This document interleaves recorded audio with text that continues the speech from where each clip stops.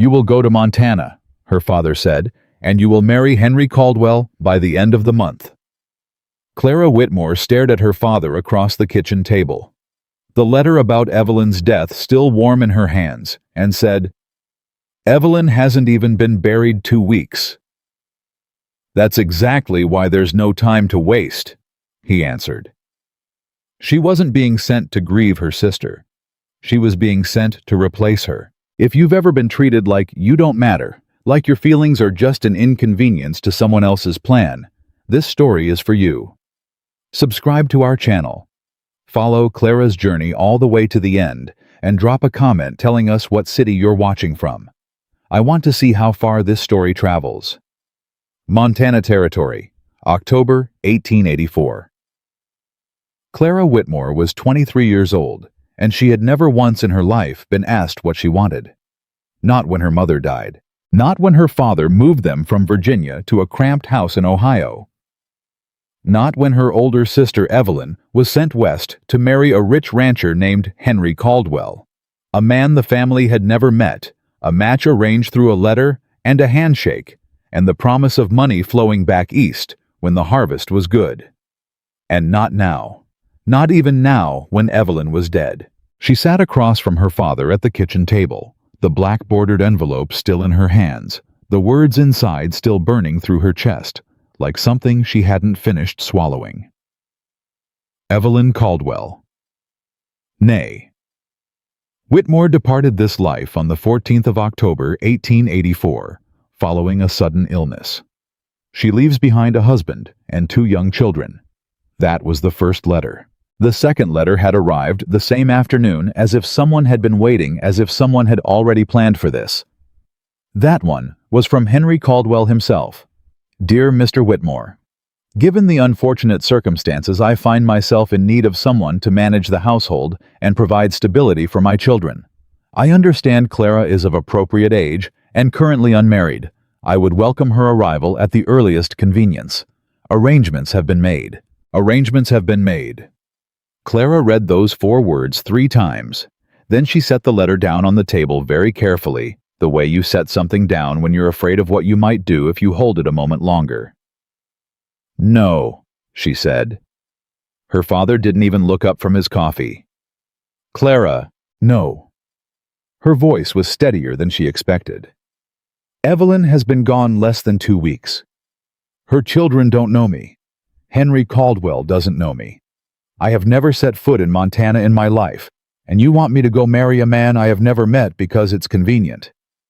Her father finally looked at her. His eyes were the same pale gray they'd always been, calm, flat, unmoved. The eyes of a man who had long ago decided that his youngest daughter's feelings were a minor inconvenience in the larger arithmetic of his life. Henry Caldwell owns 3,000 acres of the finest grazing land in the Montana Territory, he said. He has a house, a working ranch, 2 children who need a mother, and he has agreed to keep this family's financial arrangement intact if and only if a Whitmore woman is on that property. Clara stared at him. "A Whitmore woman," she repeated. "That's what it says. It doesn't matter which one of us it is." Her father's jaw tightened just slightly. "It matters that someone goes. Then you go." The silence that followed was the loudest thing Clara had ever heard. Her father set his coffee cup down with a small, deliberate click. "You will pack your things," he said. "The train leaves Thursday morning. Henry's man will meet you in Billings and escort you the rest of the way by stagecoach. You will arrive at Caldwell Ranch no later than the 28th, and the marriage will take place within the month. I am not a piece of furniture you can move from one room to another." "No," he agreed. "You are a daughter, and daughters have obligations." "Evelyn had obligations too," Clara said. "Look how that ended for her." Something shifted in her father's face, then not regret, not guilt, but something harder and colder and more frightening than either. "Pack your things, Clara," he said. "Thursday morning." He picked up his coffee cup again. The conversation, as far as he was concerned, was over.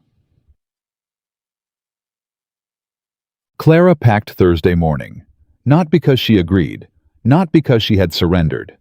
But because she had sat in her room for 2 days, thinking through every alternative, turning every possibility over in her mind like stones, she was checking for edges, and she kept coming back to the same hard truth. She had no money of her own. She had no property. She had no profession, no marketable skill beyond the domestic work that every woman of her generation was trained to perform from birth as naturally and invisibly as breathing. If she refused, she stayed in that house, in that kitchen, under that flat gray gaze, waiting for the next arrangement to be made for her. If she went, at least she was somewhere new.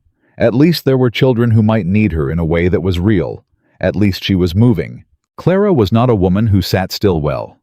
She packed her 2 good dresses, her mother's Bible, her sewing kit, and a small journal she'd kept since she was 14. Not a diary, exactly more like a record of things she didn't want to forget. Things that were true, even when no one around her acknowledged them. The last thing she packed was a photograph of Evelyn, not because she needed reminding what her sister looked like. She could close her eyes and see Evelyn perfectly, the dark hair, the quick smile, the way she laughed at her own jokes before she'd finished telling them. She packed it because she wanted to remember that Evelyn had been a person, a real woman, a real person, not just the arrangement, not just a role to be filled. And if Clara was going to that ranch, to that house, to those children, to that man, she needed to hold on to that truth with everything she had. Because she had a feeling that once she arrived at Caldwell Ranch, people were going to work very hard to make her forget it. The train from Ohio to Billings took 4 days.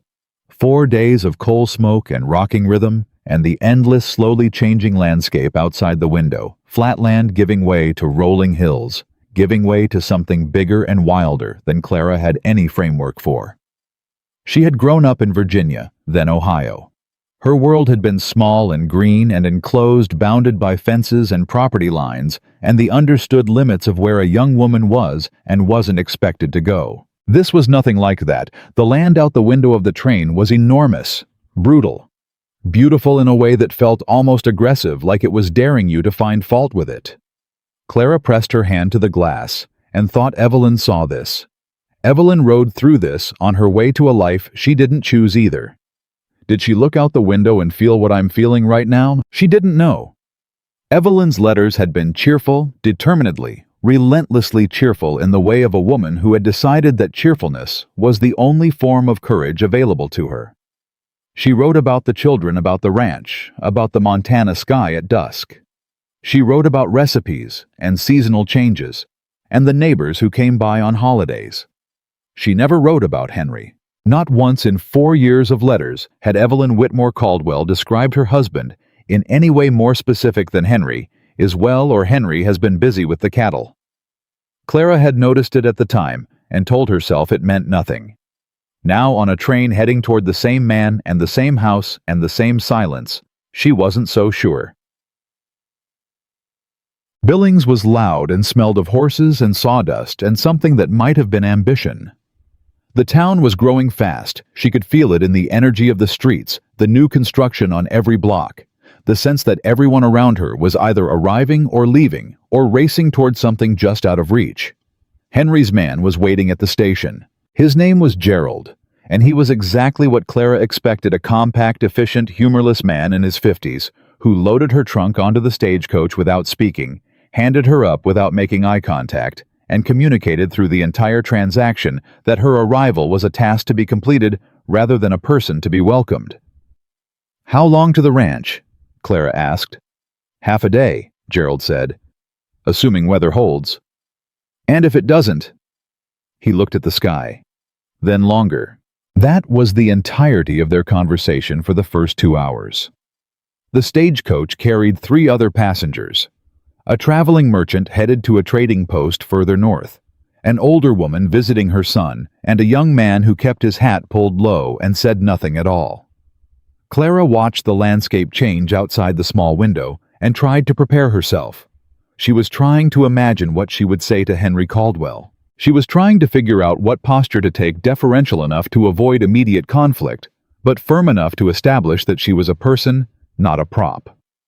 She was composing sentences in her head, testing words, arranging and rearranging her approach like furniture in a room she hadn't seen yet. She was doing all of this when the stagecoach suddenly slowed, then stopped. Gerald's voice came from up front, stripped of its efficiency and replaced with something she'd never heard from him before. Fear. "Don't move," he said. "Nobody move."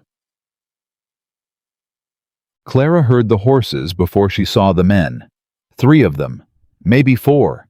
The sound surrounded the stagecoach from all sides, hooves on hard ground, the deliberate coordinated positioning of people who had done this before and knew exactly how it worked. The merchant went white. The older woman grabbed Clara's arm. The young man with the low hat very slowly moved his hand toward his coat, then stopped, then let his hand fall back to his knee. "Good afternoon," said a voice from outside. Easy, almost cheerful. The voice of a man who found this amusing. "Everybody out, nice and slow. Hands where we can see them." The door opened from the outside. A masked man, bandana pulled up over his nose, hat pulled low, stood in the gap with a pistol held at his side. Not pointed yet, just present, the way a threat is most effective when it's potential rather than actual. "Out," he said again. Clara climbed down. The ground was hard under her feet. The wind cut cold across the open land. There were 4 men, total 1 on each side of the coach, 1 at the horses, 1 who seemed to be in charge, standing slightly forward from the others. "Valuables," said the leader. "Jewelry, watches, cash. Quick and easy, nobody gets hurt." The merchant started emptying his pockets immediately, hands shaking. Gerald sat frozen on the driver's bench. The older woman beside Clara was trembling. Clara stood very still and thought very clearly. "I did not survive 4 days on a train and a life of being treated like furniture to be robbed in the middle of Montana before I even arrived."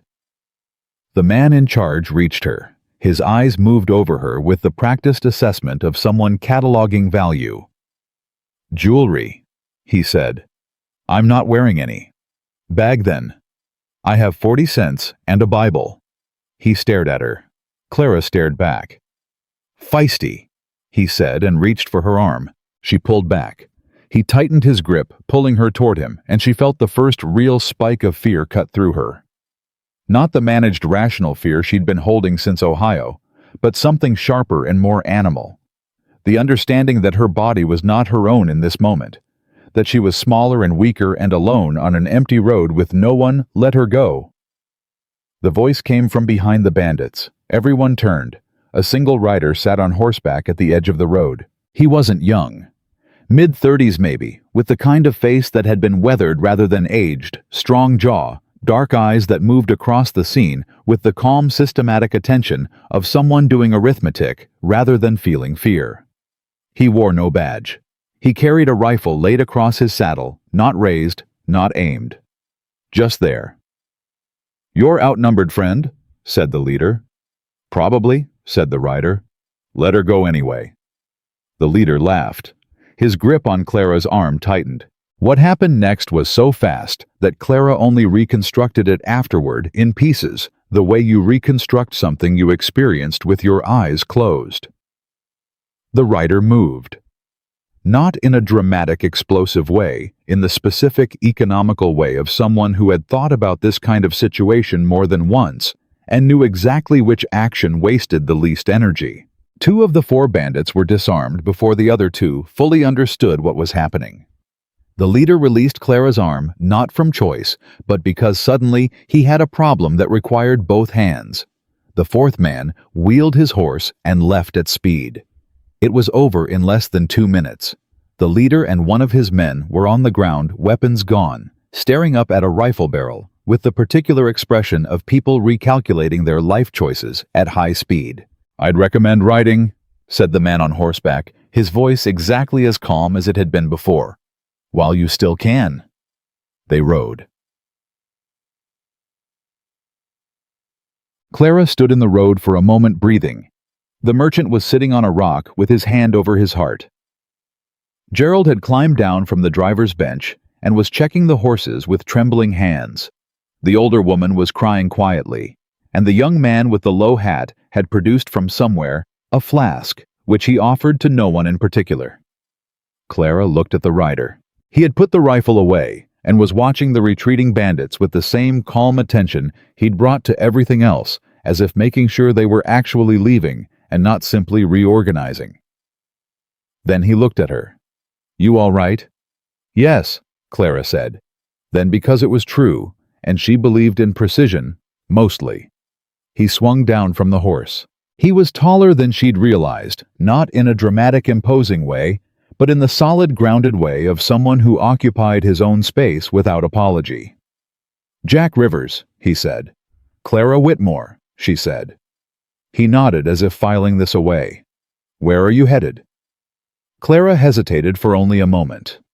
"Caldwell Ranch," she said. Something crossed his face. Not a dramatic reaction, more like a small, careful shift. The way a person's expression changes when they hear a name they recognize and are deciding what to do with the recognition. "Henry Caldwell's place," he said. "Yes." Jack Rivers looked at her for a moment. "You family." "In a manner of speaking," Clara said. "My sister was his wife. She died last month. She stopped, started again. "I've been sent to marry him."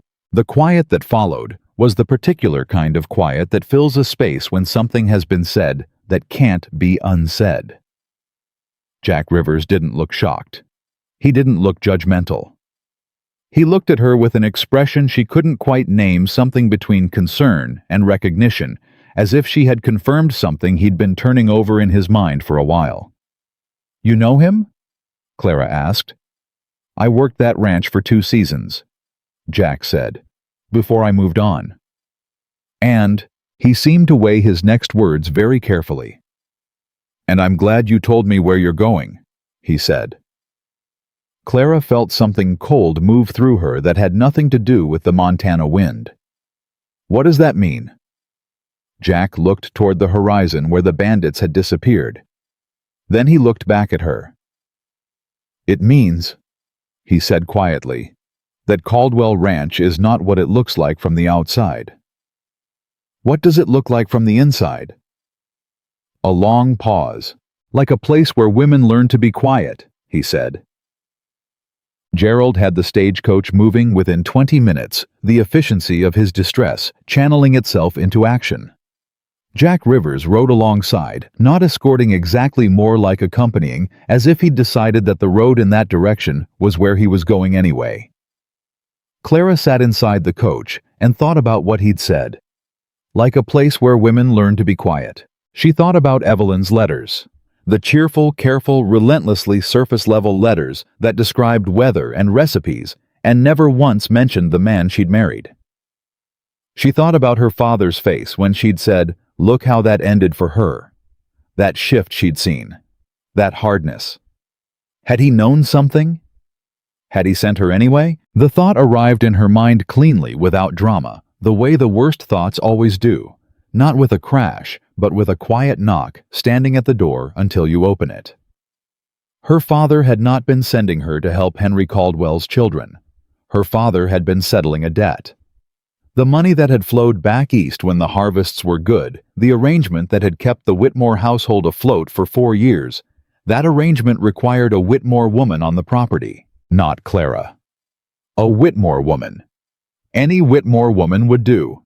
She was not a daughter being sent to grieve. She was a payment. When the stagecoach stopped at a way station to rest the horses, Jack Rivers came to the door. "Can I ask you something?" Clara said before he could speak. "Go ahead." "My sister's letters. She wrote every month for 4 years. She never described her husband, not once." She watched his face. Did you know her? Did you know Evelyn?" Jack Rivers was quiet for a moment. "I knew of her," he said carefully. "She was kind, kept to herself mostly. The children loved her. What happened to her? Official story is illness. And the unofficial story?" Jack looked at her directly. His eyes were dark and steady, the eyes of someone who had learned to look at hard things without flinching. "I don't know," he said. "I wasn't there when she died. I'd already moved on from the ranch by then. A beat. But I heard things. After. What things? Things that made me glad I moved on, he said, and things that have been sitting heavy on my conscience ever since. Clara looked at him.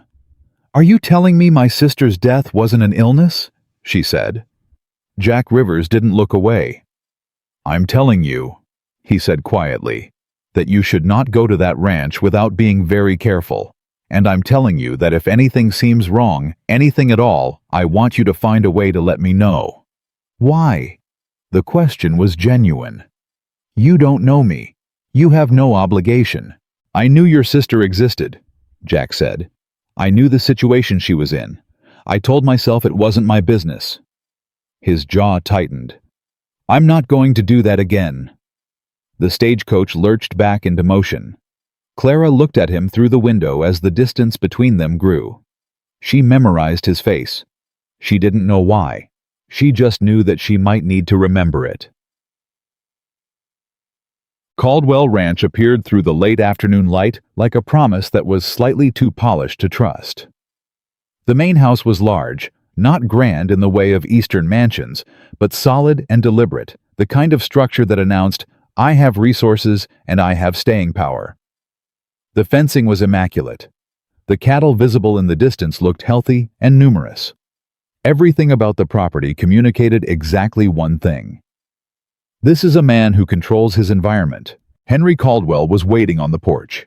He was taller than she'd expected, somewhere in his 40s with dark hair going to silver at the temples, and a face that had once been handsome and was now merely authoritative. He wore a good suit, not working clothes, not ranch clothes, but a suit. As if her arrival were a business meeting. As if this were a transaction. Clara stepped down from the stagecoach, smoothed her skirt, and walked toward him. She had been rehearsing this moment for 4 days. She had arranged and rearranged her approach, testing words in her mind. She had prepared herself to be careful, to be measured, to take the temperature of the room before she decided how to stand. She took one look at Henry Caldwell's face and threw all of that away. There was no warmth in his expression. There was no grief. There was no trace, not even the polite social performance of a trace of a man who had recently lost the woman he'd married. There was only assessment. He looked at her the way he probably looked at cattle. Adequate. Will do. Clara Whitmore, he said, not a question. Mr. Caldwell, she said. You look like your sister. He said it like he was commenting on the weather. That's useful. Clara felt the words land somewhere in her chest, and decided in that moment that she would not let this man see what they did to her. Where are the children? She asked. For just a fraction of a second, something shifted in Henry Caldwell's face. Surprise, maybe, that her first question wasn't about the household or the arrangements or what was expected of her. Inside, he said. They'll be introduced at dinner. I'd like to meet them now, Clara said. Another small shift. The calculation behind his eyes adjusting, reassessing. Gerald will show you to your room, he said. We'll discuss the arrangements this evening. He turned and walked back inside the house. Clara stood in the yard and breathed the cold Montana air and thought, I am not Evelyn. I am never going to be Evelyn. And the sooner this man understands, that the better for everyone. Sir. Her room was at the end of the east hall, clean, functional, cold. There was a bed, a washstand, a small writing desk, a window that faced the barn. Everything Clara needed. Nothing that suggested she was a guest or a person or anything other than a domestic arrangement that had been assigned a sleeping space. She unpacked slowly, methodically. She put the photograph of Evelyn on the writing desk where she could see it. Then she sat on the edge of the bed and listened to the house. It was quiet, in the way that houses are quiet, when people have learned to be careful about noise. Not the natural quiet of an empty space, the deliberate, managed quiet of a place where sound has consequences.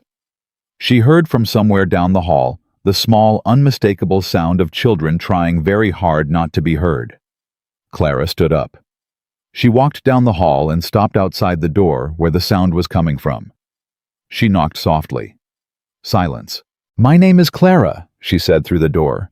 "I know you don't know me. I know this is strange. I'm not going to pretend it isn't." "Nothing." "I knew your mother when she was young," Clara continued. "Before Montana. Before any of this. She used to tell terrible jokes and then laugh at them herself before she got to the punchline." A very small sound from inside. Maybe a breath. Maybe something closer to a laugh that had changed its mind halfway through. "I'm not here to replace her," Clara said. "I couldn't if I tried. She was one of a kind." She paused. "I'm just here. If you want to talk, I'll be in the room at the end of the hall." She walked back. She sat down at the writing desk and opened her journal. She wrote, "Day 1. The house is too quiet. The children are afraid. Henry Caldwell looks at people like they're livestock. There is something wrong here, and I can feel it in the walls. Jack Rivers set a place where women learn to be quiet. I have never been good at being quiet. I don't intend to start now." Dinner was served at 7 by a woman named Margaret, who moved through the dining room with the practiced invisibility of someone who had learned not to be noticed. Henry sat at the head of the table. Thomas and Lily, 8 and 6. Clara had learned from Gerald's terse accounting, sat on the opposite side from her. Thomas was rigid with the particular tension of a child who has learned that the dinner table is not a safe place to relax. Lily held her fork in both hands and watched Clara with enormous dark eyes that reminded her so sharply of Evelyn at that age that she had to look away for a moment. "Thomas," Henry said, "say grace." Thomas recited grace in the flat, careful voice of someone performing a task they have been corrected about before. Henry served himself. The children served themselves. Clara reached for the serving dish. "We have a certain order at this table," Henry said without looking up. Clara paused. "I beg your pardon." "Ladies are served by the gentleman of the house," he said. "It's a matter of propriety." He served her plate. He put exactly the amount on it that he decided she should have. Clara looked at her plate. She looked at Henry. "Thank you," she said, in the tone that means we will discuss this later. Henry either didn't hear it or chose not to. "I've had the marriage document prepared," he said, cutting his meat. "Given the circumstances, a simple ceremony in town next week seems appropriate. Reverend Morris can officiate." "Next week?" Clara repeated. "The children need stability," Henry said, quickly. "Mr. Caldwell," Clara said, "we have been in the same room for less than 2 hours. Your father and I have had this arranged for some time. My father made arrangements without consulting me." She kept her voice even. "That's becoming a pattern I'd like to interrupt." Henry set down his knife. He looked at her for a long moment. Thomas and Lily had gone completely still. "Your father," Henry said slowly, "told me you might be difficult." "My father," Clara said, "has never met a woman he didn't describe as difficult when she disagreed with him." Another silence. Then, very unexpectedly, Thomas made a small sound. It was almost a laugh. He caught himself immediately pressing his lips together, watching his father with sudden alarm. Henry looked at his son. Then he picked up his knife and resumed cutting. "We'll talk about the arrangements after dinner," he said. Clara reached across the table and served herself more potatoes. Henry noticed. He said nothing, but he noticed. She found Evelyn's first clue that same night. She wasn't looking for it. She was simply unable to sleep, which was not surprising. And she was standing at the window of her room in the dark, looking at the barn and the stars and the enormous Montana sky, when she noticed the floorboard. Just slightly raised. In the corner behind the writing desk. Not enough that anyone would see it unless they were standing in exactly the right place, in exactly the right light. Or unless they were their sister who had lived in this room before them, who had chosen exactly this spot to stand in the dark when she couldn't sleep. Clara moved the writing desk. The board came up easily. It had been lifted before recently, the wood along the edges worn smooth in a specific way. Underneath was a small tin box. Inside the tin box was a folded piece of paper. Clara unfolded it with hands that had started to shake. Evelyn's handwriting. She would have known it in her sleep. If you find this, if someone comes after me, please know I did not imagine it. The ledger is real. The names are real. The land is not his. Don't trust Gerald, and for God's sake don't sign anything." Clara sat on the floor with her sister's note in her hands and felt the shape of the situation she was in shift underneath her like ground that had seemed solid until this moment. Evelyn hadn't died of illness. Evelyn had been afraid, and Evelyn had been hiding something. She was still sitting on the floor when she heard the footstep in the hall. Not Margaret's step too heavy, not one of the children too deliberate. Gerald. Clara folded the note and pressed it inside her journal in one smooth motion, closed the journal, set it on the writing desk, and was standing at the window looking out at the sky when the door opened. Gerald stood in the doorway. "Mr. Caldwell wants to know if you need anything." "At 11 o'clock at night," Clara said. "He's considerate about his guests." "I'm not a guest," Clara said. "You know that, and so does he." Gerald looked at her. His eyes moved to the writing desk quickly, briefly, in a way that was almost professional. "Good night, Miss Whitmore," he said. He closed the door. Clara stood at the window for a long time, listening to his footsteps recede. Then she reached inside her journal, took out Evelyn's note, read it once more. The land is not his. She memorized every word. Then she pressed the note back flat against her palm and closed her eyes and felt for the first time since Ohio something other than grief or dread or the particular cold weight of having no choice. She felt something that felt like purpose. Evelyn had left a trail, and Clara Whitmore, who had never been good at being quiet, who had never been good at staying where she was going to follow it. Even if it was the most dangerous thing she had ever done. Even if it meant that by the time Henry Caldwell figured out who he'd actually sent for, it would already be too late. Clara did not sleep that night. She lay in the dark with Evelyn's note pressed inside her journal, and her mind moving faster than it had any right to, at 2 a.m, turning over every word her sister had written, the way you turn over a stone when you suspect something is living underneath it. The land is not his. Don't trust Gerald. And for God's sake, don't sign anything. 3 sentences. That was all Evelyn had left her. 3 sentences scrawled in handwriting that was slightly less careful than her sister's usual script rushed, Clara thought. Written in a hurry. Written by someone who was afraid she was running out of time. The question that wouldn't leave Clara alone was simple and terrible. How long had Evelyn known she was in danger before the end came? And the second question, the one she almost didn't let herself ask, had Evelyn hidden this note for Clara specifically? Or had she hidden it for anyone who came after her? Anyone unlucky enough to be sent into this house to fill the space? Evelyn left behind. Clara thought about her sister's letters. 4 years of careful, cheerful letters that said everything except the truth. She thought about Evelyn's laugh, that quick, generous laugh that gave itself away before the joke was even finished. She thought about how you take a woman like that and put her in a house like this one, and she wondered how long it had taken before Evelyn stopped laughing. She did not let herself cry. Not yet. Not here. This was not the place for grief. This was the place for paying attention. Morning came hard and early at Caldwell Ranch.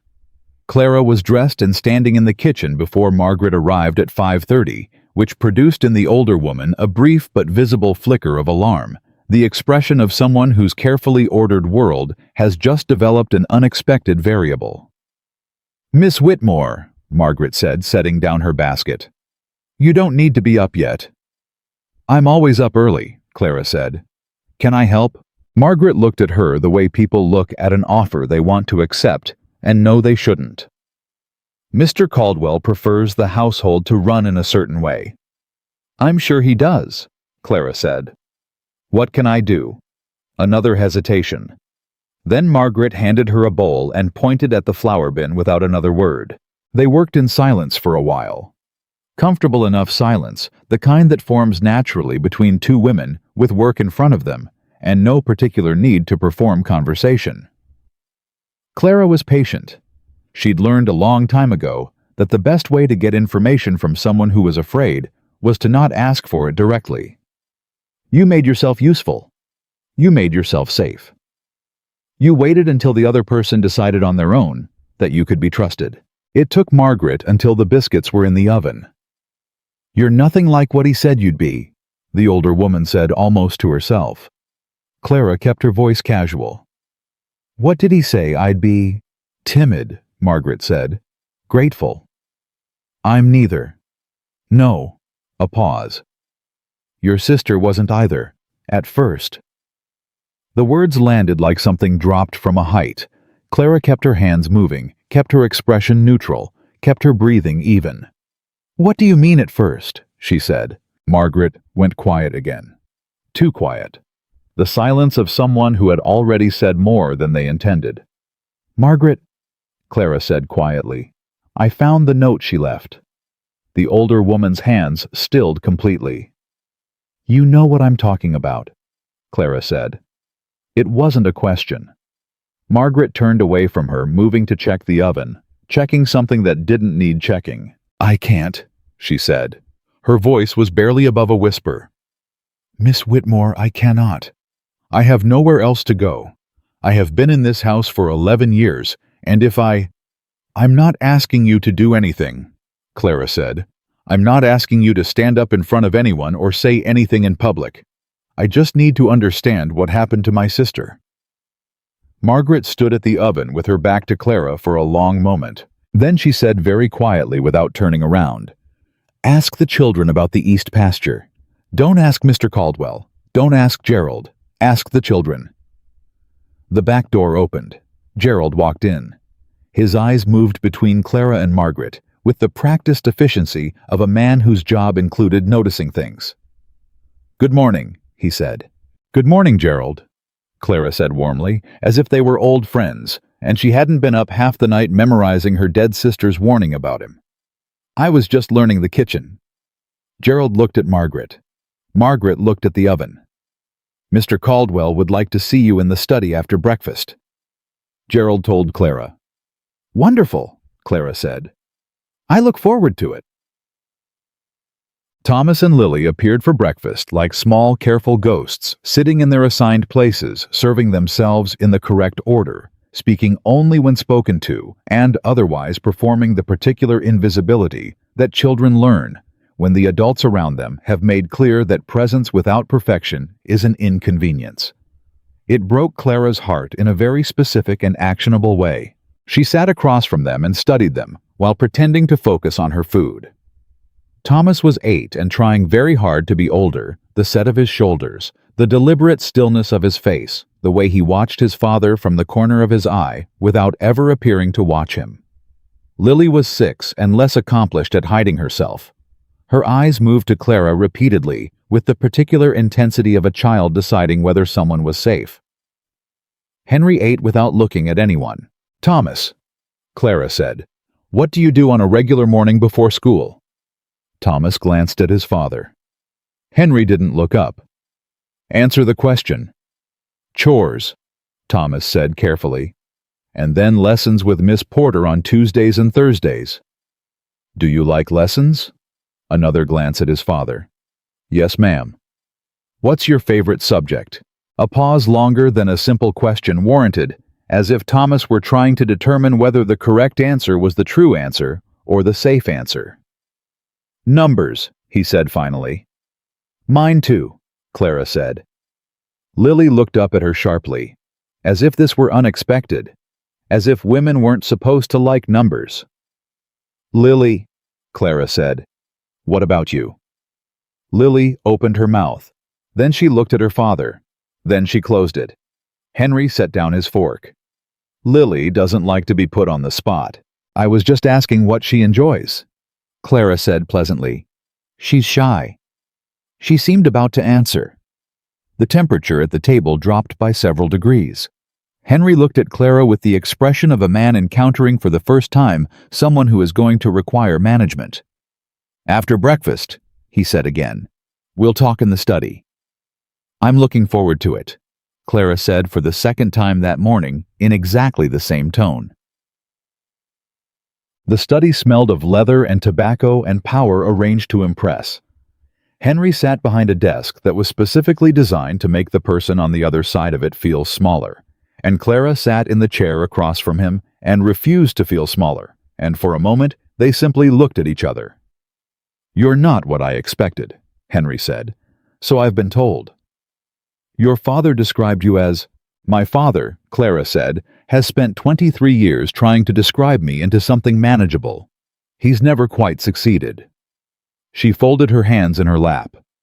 "Mr. Caldwell, I think we should talk honestly with each other." Something in his expression sharpened.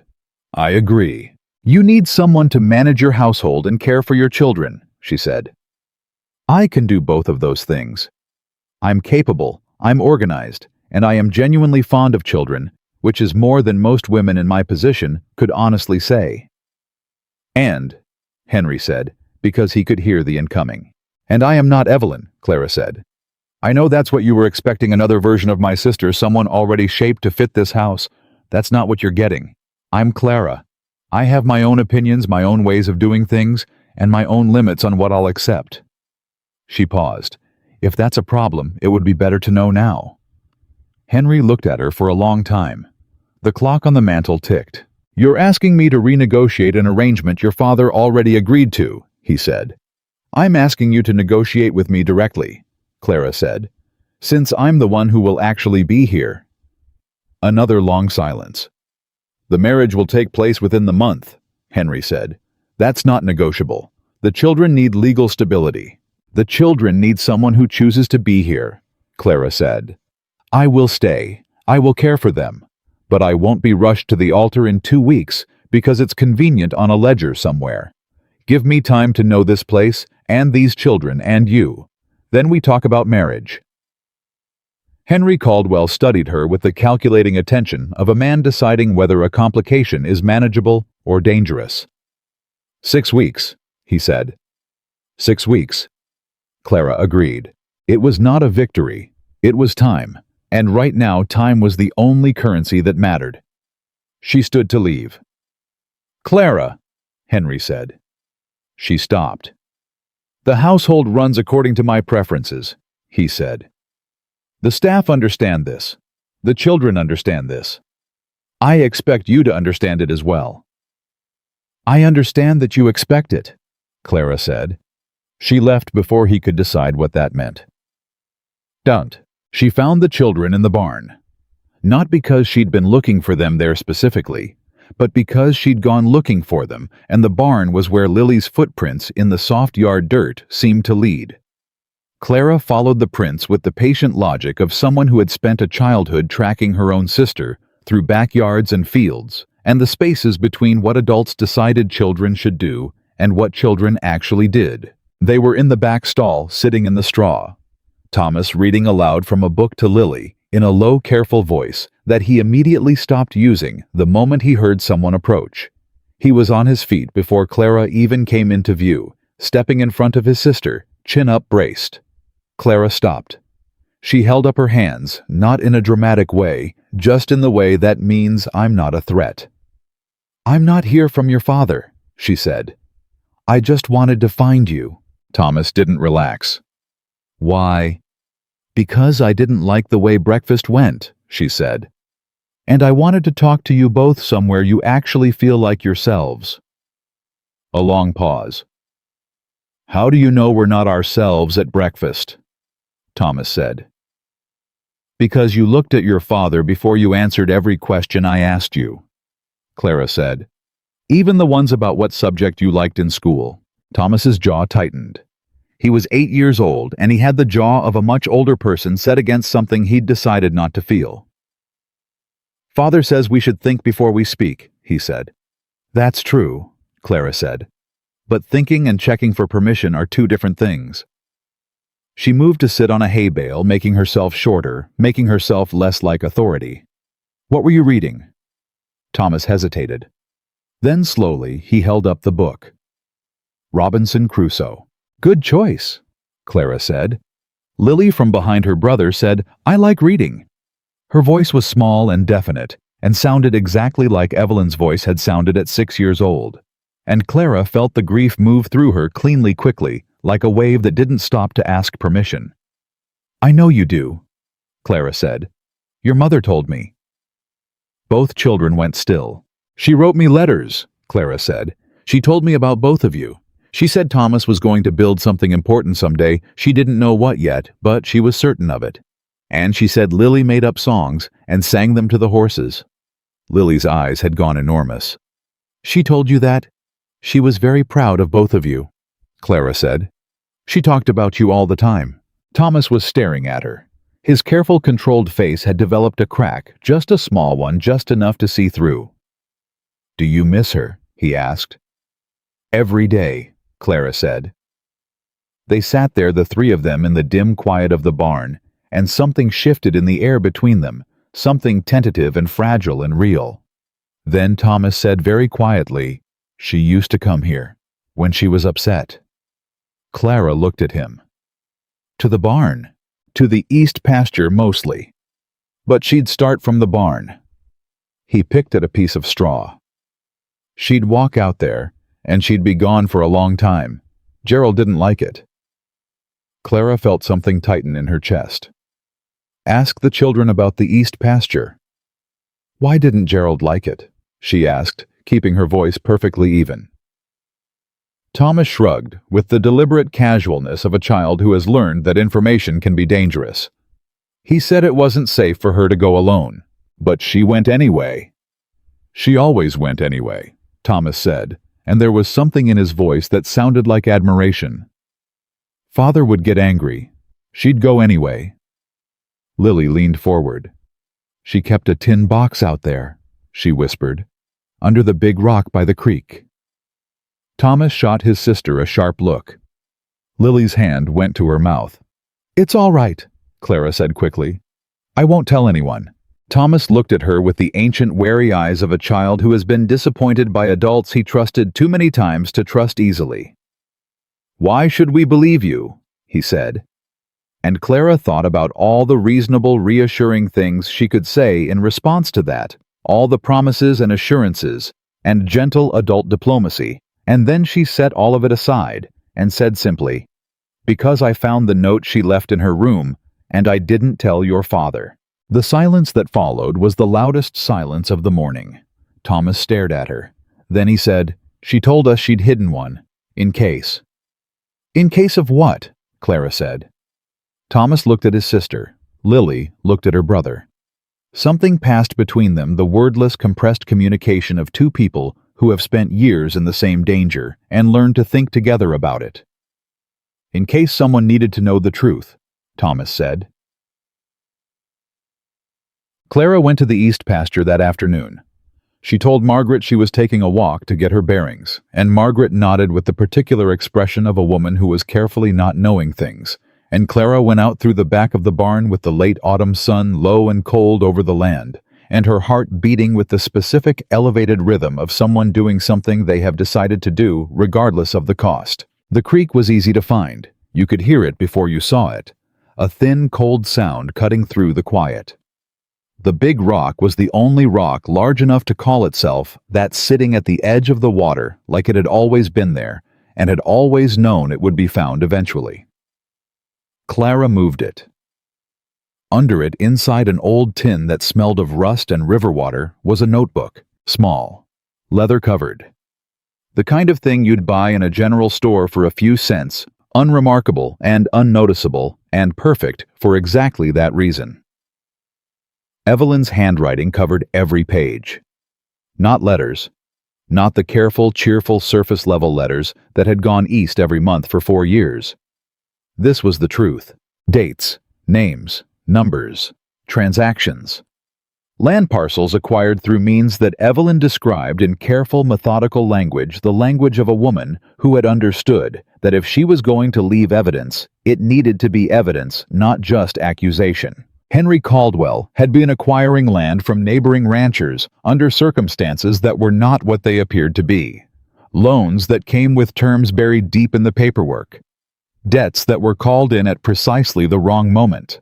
Families pressured out of their holdings by a combination of financial and social force that left them no visible option but to sell. The land that was entering Henry's name had not always been his to acquire. And some of the original owners, Evelyn noted, had raised questions about the transactions that had been very effectively silenced. One name appeared several times circled: Elias Porter. Question the deed on the North 40. Accident. Ask Jack Rivers. Clara sat at the edge of the creek with her sister's notebook in her lap and felt the ground under her shift in a way that had nothing to do with the soil. Elias Porter, the accident notation with a question mark, and ask Jack Rivers. Her sister had known Jack Rivers, or known of him, or trusted him enough to include his name in a document she'd hidden under a rock in a field where she went when she was afraid. Clara looked at the notebook for another long moment. Then she made a decision that was quick and clean and final. She was not putting this back under the rock. She was not leaving it somewhere it could be found or destroyed or disappear the way Evelyn had disappeared. She put it in the inner pocket of her coat, pressed flat against her ribs. Then she walked back to the house with her hands steady and her face smooth, and absolutely no indication to anyone watching, and she was certain someone was watching, that anything had changed. Gerald was waiting in the yard when she returned. "Mr. Caldwell wondered where you'd gone," he said. "For a walk," Clara said. "I told Margaret." His eyes moved over her in that professional cataloging way, checking, assessing. "The east pasture isn't a good area for walking alone," he said. "Why not uneven ground? Creek runs high this time of year." "I was careful," Clara said. She met his eyes directly and held them. Gerald looked back at her with an expression that was professionally empty and somehow more frightening for it. "Mr. Caldwell asks that you stay closer to the house," he said. "I'll keep that in mind," Clara said, and went inside. She heard him behind her, not following, just standing, watching, measuring. She did not look back. That evening, after the children were in bed and Henry had retired to his study and the house had settled into its careful, managed quiet, Clara sat at the writing desk in her room and read Evelyn's notebook from the beginning. She read it twice. The second time, she wasn't reading for information. She was reading for her sister. Evelyn hadn't just recorded facts. She'd written around the edges of the facts, small observations, questions, fragments of feeling that she probably hadn't meant to leave but couldn't help. The way a person who has been silenced everywhere else finds a way to speak anyway. He doesn't look at the children the way a father should look at children. He looks at them the way he looks at fences. They're his. That's all. "I found the ledger in the bottom drawer of the study desk. He doesn't know I can read numbers. He's never asked. Margaret knows. She'll never say so. I understand, but she knows. Thomas asked me yesterday why we have to be so quiet at dinner. I didn't know what to say. I told him it was good manners. He looked at me like he knew I was lying and was going to let me get away with it because he loves me. I cried after he went to bed." Clara stopped on that page for a long time. Then she turned to the last entry dated 2 weeks before the letter arrived in Ohio. "I sent word to Jack Rivers 3 days ago. I don't know if he'll come. I don't know if anyone will come. But I have to believe someone will. I'm going to leave this notebook where Clara could find it if they ever send for Clara. She's smarter than they think. She's smarter than anyone thinks. Clara, if you're reading this, please don't try to be me. I tried to be too careful, and it didn't save me anyway. Just be you. Find Jack Rivers, and be careful of the study desk." 5. Clara closed the notebook. She sat in the dark room in the quiet house and felt the full weight of what her sister had left her. Then she took out her journal and wrote, "Evelyn knew." She documented everything. She was trying to get help when she ran out of time. "The notebook goes with me everywhere from now on. Tomorrow I find a way to contact Jack Rivers." She paused. Then she wrote, "She said to just be me. I can do that. I've never managed to be anything else." The opportunity came the following Thursday. Henry drove to Billings for business, taking Gerald with him, leaving the ranch in the hands of the remaining hands and Margaret and Clara. He'd made it clear the night before that he expected the household to be exactly as he left it upon his return. And Clara had nodded and agreed with the particular agreeableness of someone who has already decided what they're going to do. She asked Margaret about the supply run to the general store in town that happened every other Thursday. "Can I go?" she asked. "I need thread, and I thought I might take the children." Margaret looked at her.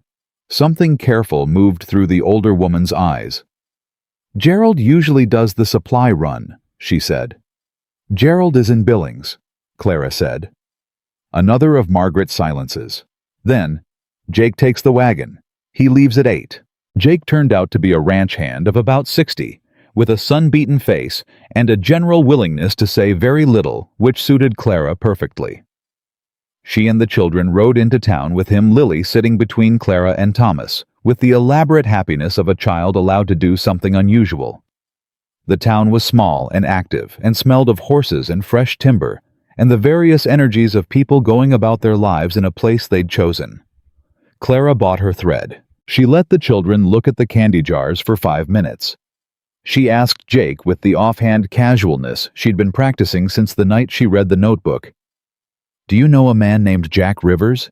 He mentioned he'd worked the Caldwell Ranch a couple seasons back." Jake sucked his teeth. "Rivers? Yeah, I know Jack. Good man. He's been working the Morrison place east of here last I heard." "The Morrison place?" Clara repeated, memorizing it. "About 4 miles out," Jake said. "Why? He helped me on the road from Billings," Clara said. "I never properly thanked him." Jake nodded and said nothing else, and Clara filed the information away and bought the children each a peppermint stick, and Thomas looked at her over Lily's head with his 8-year-old ancient eyes and said nothing. But he also didn't look away. She didn't make it to the Morrison place that day. She didn't expect to. That wasn't the point.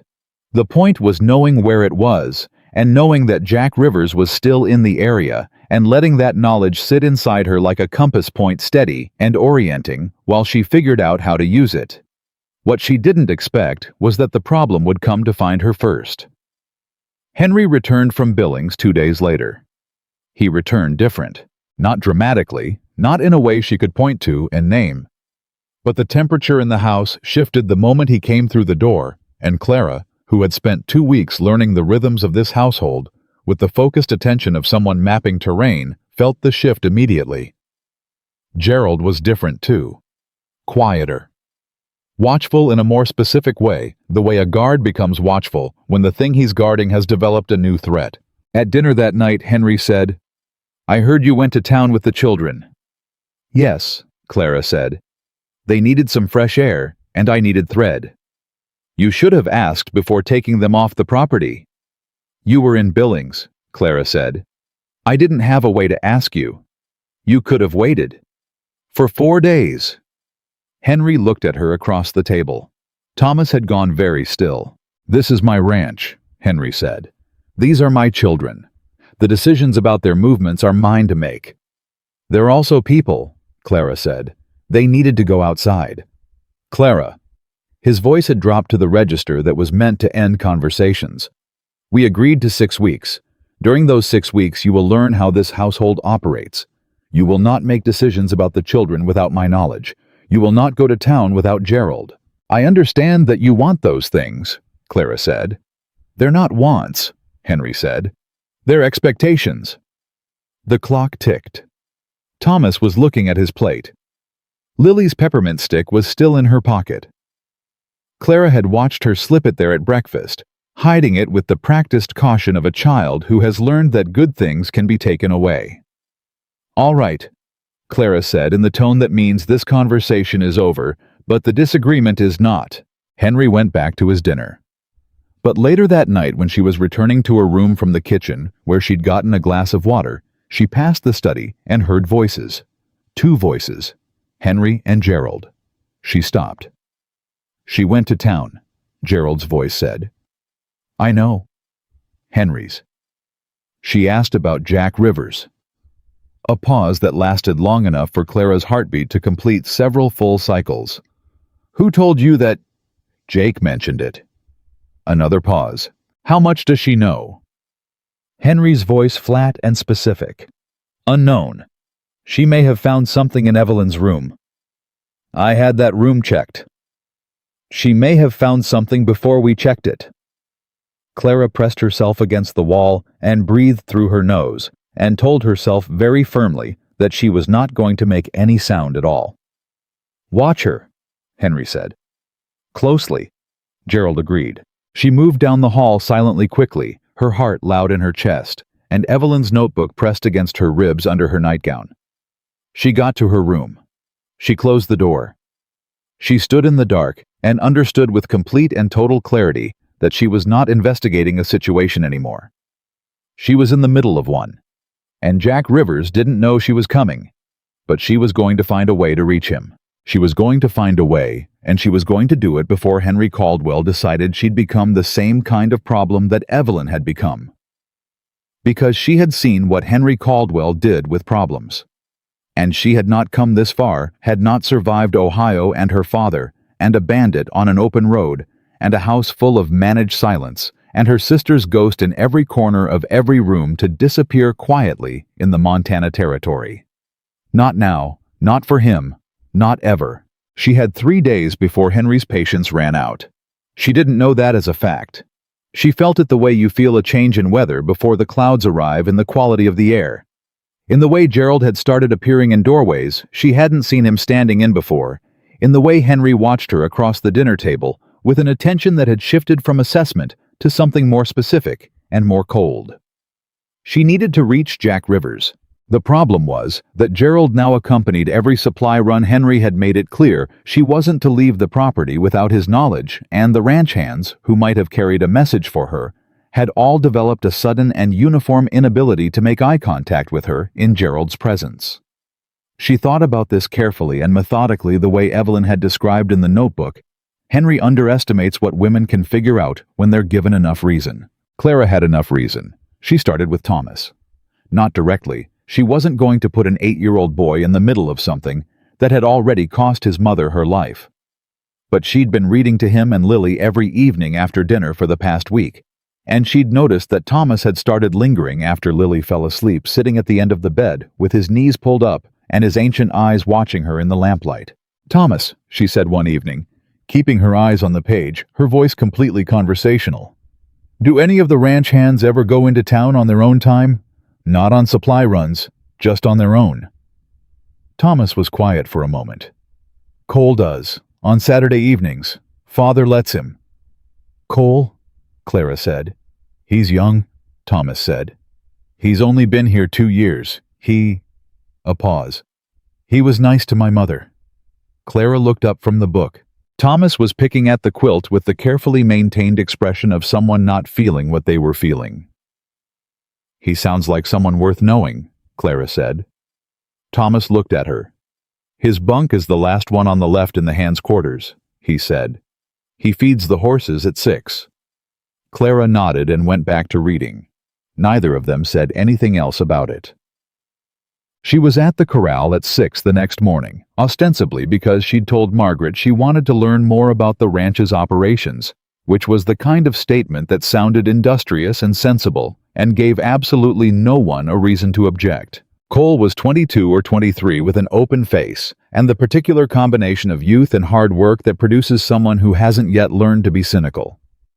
He looked startled when Clara appeared at the fence, then quickly rearranged his expression into something politely neutral. "Miss Whitmore," he said. "Cole," she said. "I'll come straight to the point because I don't have much time, and neither do you." He went still. "I need to get a message to a man named Jack Rivers at the Morrison place," Clara said. "I can't do it through normal channels. I'm asking if you'd be willing to carry it for me on Saturday evening when you go to town." Cole looked at her. Then he looked at the barn door. Then he looked back at her. "Miss Whitmore," he said carefully, "I like this job." "I know," Clara said. "I'm not asking you to do anything except deliver a note. You could say you found it on the road if anyone asked. Gerald would." "Gerald doesn't need to know." She held his gaze. "Cole, you were kind to my sister. She wrote about you. She said you were the only ranch hand who ever looked at her like a person instead of a piece of furniture. Cole went very quiet. His jaw moved. "She's dead," he said, low and flat and full of something he'd been carrying for a while. "Yes," Clara said. "She is." A long moment passed. "I go to town at 7 Saturday evening," he said. "If there was a note in the feed bucket by then, I guess I'd have to find a way to deliver it." Clara looked at him with the full weight of her gratitude and said simply, "Thank you." She was back inside the house before 6:30. Gerald was at breakfast looking exactly as he always looked. Henry came down at 7, looking exactly as he always did. Clara sat across from them both and drank her coffee and felt the notebook against her ribs and thought about what she was going to write. She wrote the note that afternoon in her room quickly in the deliberate shorthand of someone aware that what they're writing might be found. "Jack, my sister left a record. I have it. I need to know what you know about Elias Porter. They're watching me. Find a way to get word back through Cole. C.W. Short, specific, no dramatics." She folded it 4 times and put it in the feed bucket before Saturday morning and spent the next 36 hours doing everything in her power to appear exactly like a woman who was settling in and learning the household and making peace with her circumstances. She cooked with Margaret. She organized the children's lessons. She sat in the parlor in the evenings with her sewing the picture of domesticated purpose. Henry watched her with slightly less suspicion by Saturday. Gerald still watched her with exactly the same amount.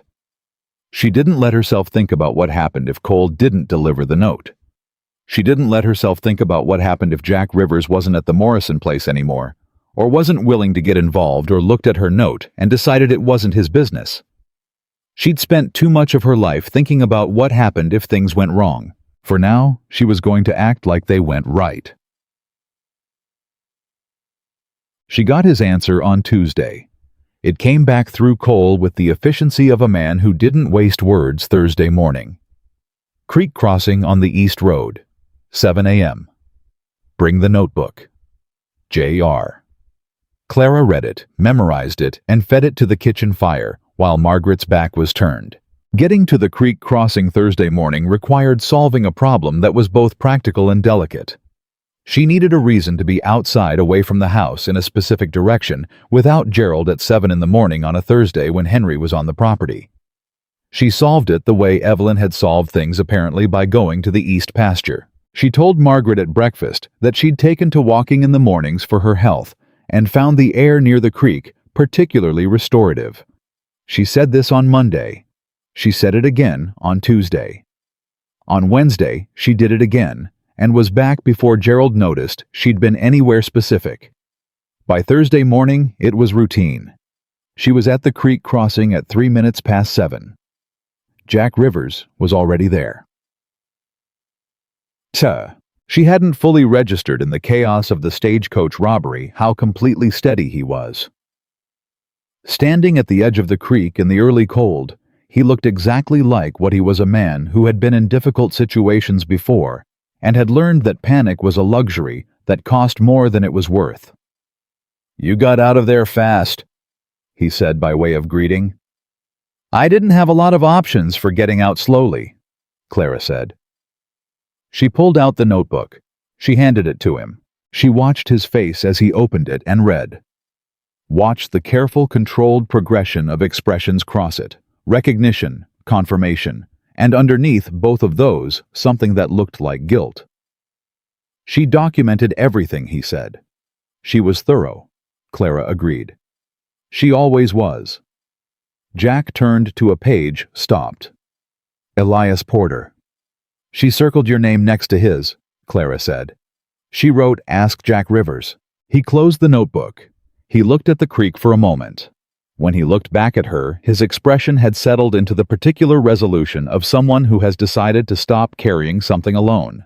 Elias Porter owned the 40 acres north of Caldwell's property.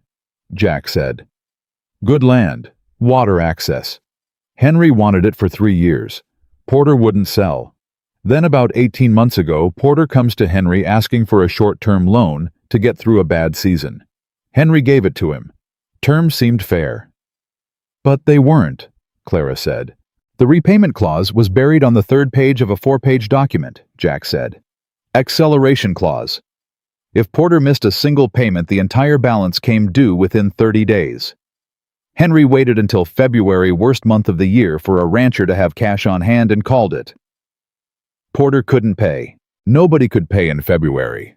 Henry knew that. That was the point. Jack's voice was flat and factual, which was more devastating than anger would have been. Porter came to me because I'd been a ranch hand in the area long enough that people trusted me. He wanted help understanding the document. I read it. I told him what it meant. And, Clara said, and 3 days later, Porter fell off his horse on a clear day on flat ground and broke his back, Jack said.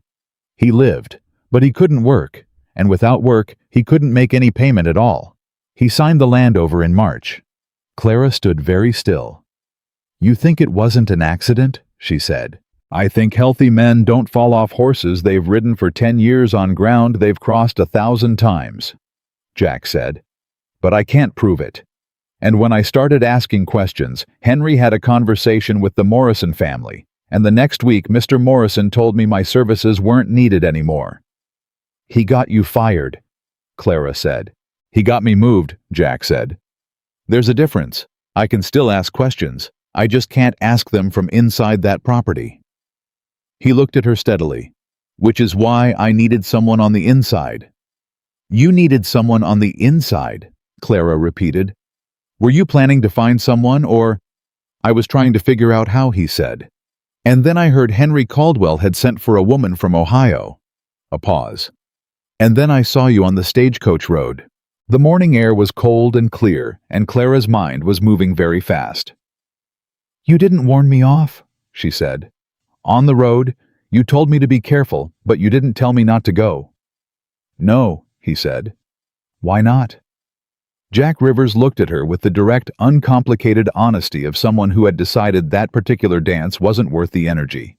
Because I could see that you weren't going to go back regardless of what I said, he said. And because I thought if Evelyn's sister is anything like Evelyn, there might be a chance. A chance to do what?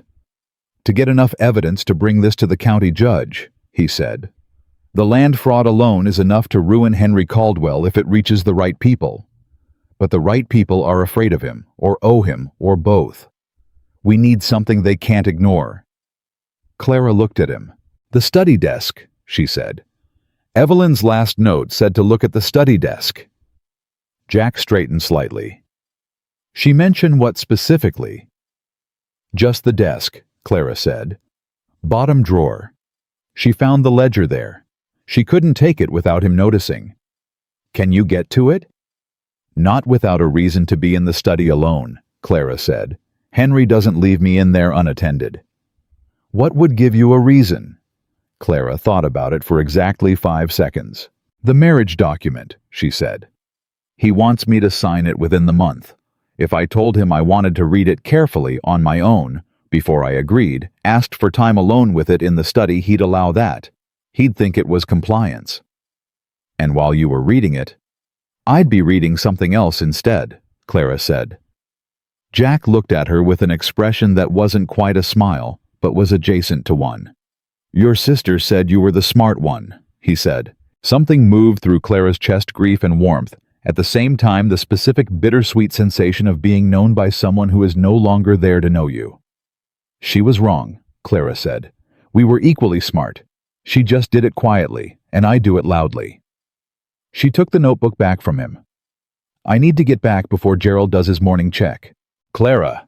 Jack said her name with the particular weight of someone who wants to make sure what they're saying is heard. If Henry figures out what you're doing before we have enough evidence, he will not give you the same amount of time he gave Evelyn. She had 4 years. You've been there 2 weeks. I know, Clara said. I'm not trying to frighten you. I know that too, she said. I'm already frightened. Being frightened doesn't mean you stop moving. She held his gaze. Same time next week. Bring whatever you've found on Porter. I'll bring whatever I find in the desk. She was back in the house before 8. Gerald was in the kitchen. Morning walk, he said. The air is wonderful this time of day, Clara said. I don't know how people live without it. Henry presented the marriage document at dinner that Friday. He set it beside her plate with the casual authority of a man delivering a memo, and Clara looked at it and then at him and said, "May I take some time to read it?" "Of course," Henry said. "In private?" she said. "I'd like to concentrate without distraction." Henry studied her. She kept her expression exactly what it needed to be. A woman taking her responsibilities seriously. Being careful, being appropriately thoughtful about a major legal commitment. All the things he would want her to be. "The study," he said. "Tomorrow morning. Gerald will be on the property." "I appreciate that," Clara said, which meant nothing, and Henry chose to take it as appreciation. She read the marriage document the following morning. It was, as expected, an extremely thorough document in Henry's favor. She also read the ledger. She found it in the bottom drawer, exactly where Evelyn had described it beneath a false bottom she discovered by pressing on the back panel a detail that spoke to either paranoia or experience. And given what she now knew about Henry Caldwell, probably both. The ledger was a revelation, not because it contained shocking information she'd expected something damning, but because of how meticulous it was. Henry had recorded everything. Dates, amounts, terms, outcomes. The names of the ranchers he'd acquired land from, the specific mechanisms he'd used, the timeline of each acquisition. He'd recorded it with the same pride a craftsman takes in documenting his work. He hadn't expected anyone to find it. He certainly hadn't expected Evelyn to know what it meant. Clara read as fast as she could, memorizing the specific entries she'd need, and then she returned the ledger exactly as she'd found it, put the false bottom back, closed the drawer, and picked up the marriage document again. She was reading it with visible concentration when Gerald looked through the study window 20 minutes later. She got the key information to Jack the following Thursday. She recited what she'd memorized: dates, names, amounts, the specific land parcels, and the mechanisms used to acquire them, while Jack wrote in his own small notebook, his handwriting cramped and quick. "This is enough," he said when she finished. "For what?" "The Porter acquisition alone is enough to file a fraud complaint with the district judge," he said. "If we can get Porter himself to testify, he's still alive, he's in Billings, and pair his testimony with the ledger entries and Evelyn's documentation." "Henry will say the ledger was misread," Clara said. "He'll say I manipulated the information. He'll say I'm a grieving, unstable woman who was never suited to—" "Which is why we need the ledger itself," Jack said. "Not your memory of it." Clara looked at him. "I can't take it without him knowing immediately," she said. "Not permanently," Jack said. "But if we could get it out of the house long enough for a witness to see it and document it officially—" "That's a much bigger risk," Clara said. "Yes," he agreed. He didn't try to minimize it. They looked at each other across the cold creek. "There's something else," Clara said. She'd been holding this back.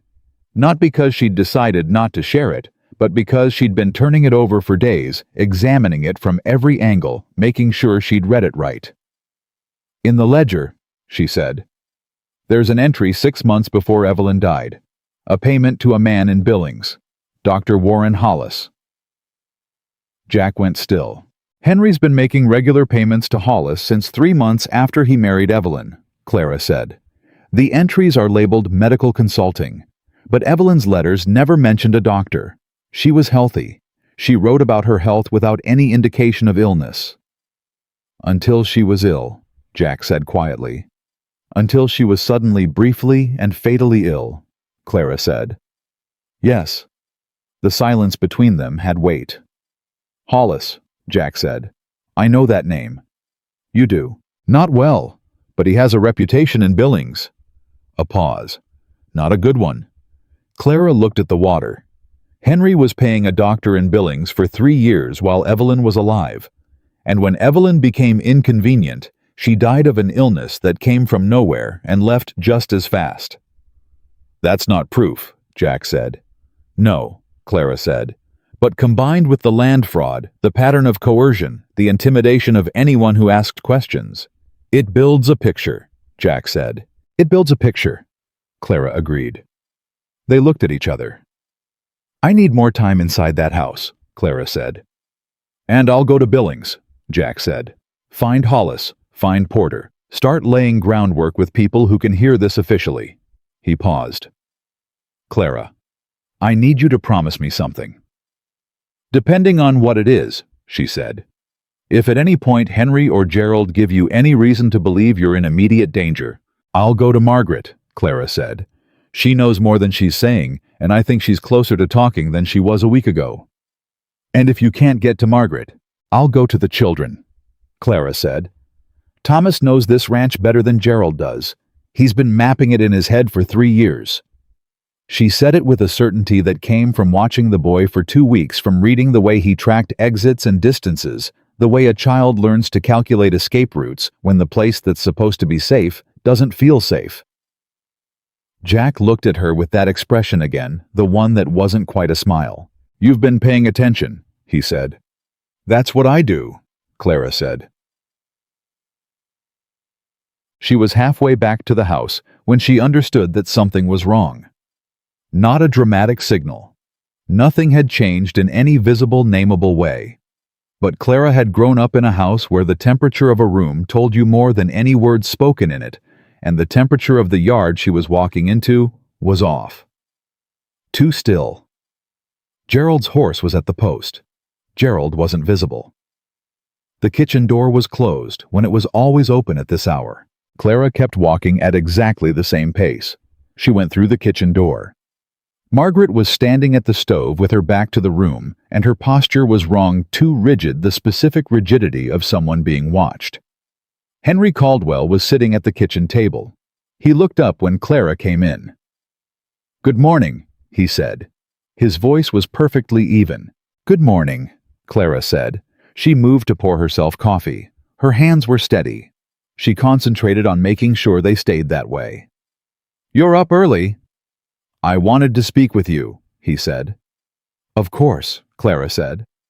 She sat down across from him with her coffee, like a woman who had nothing to think about except her morning.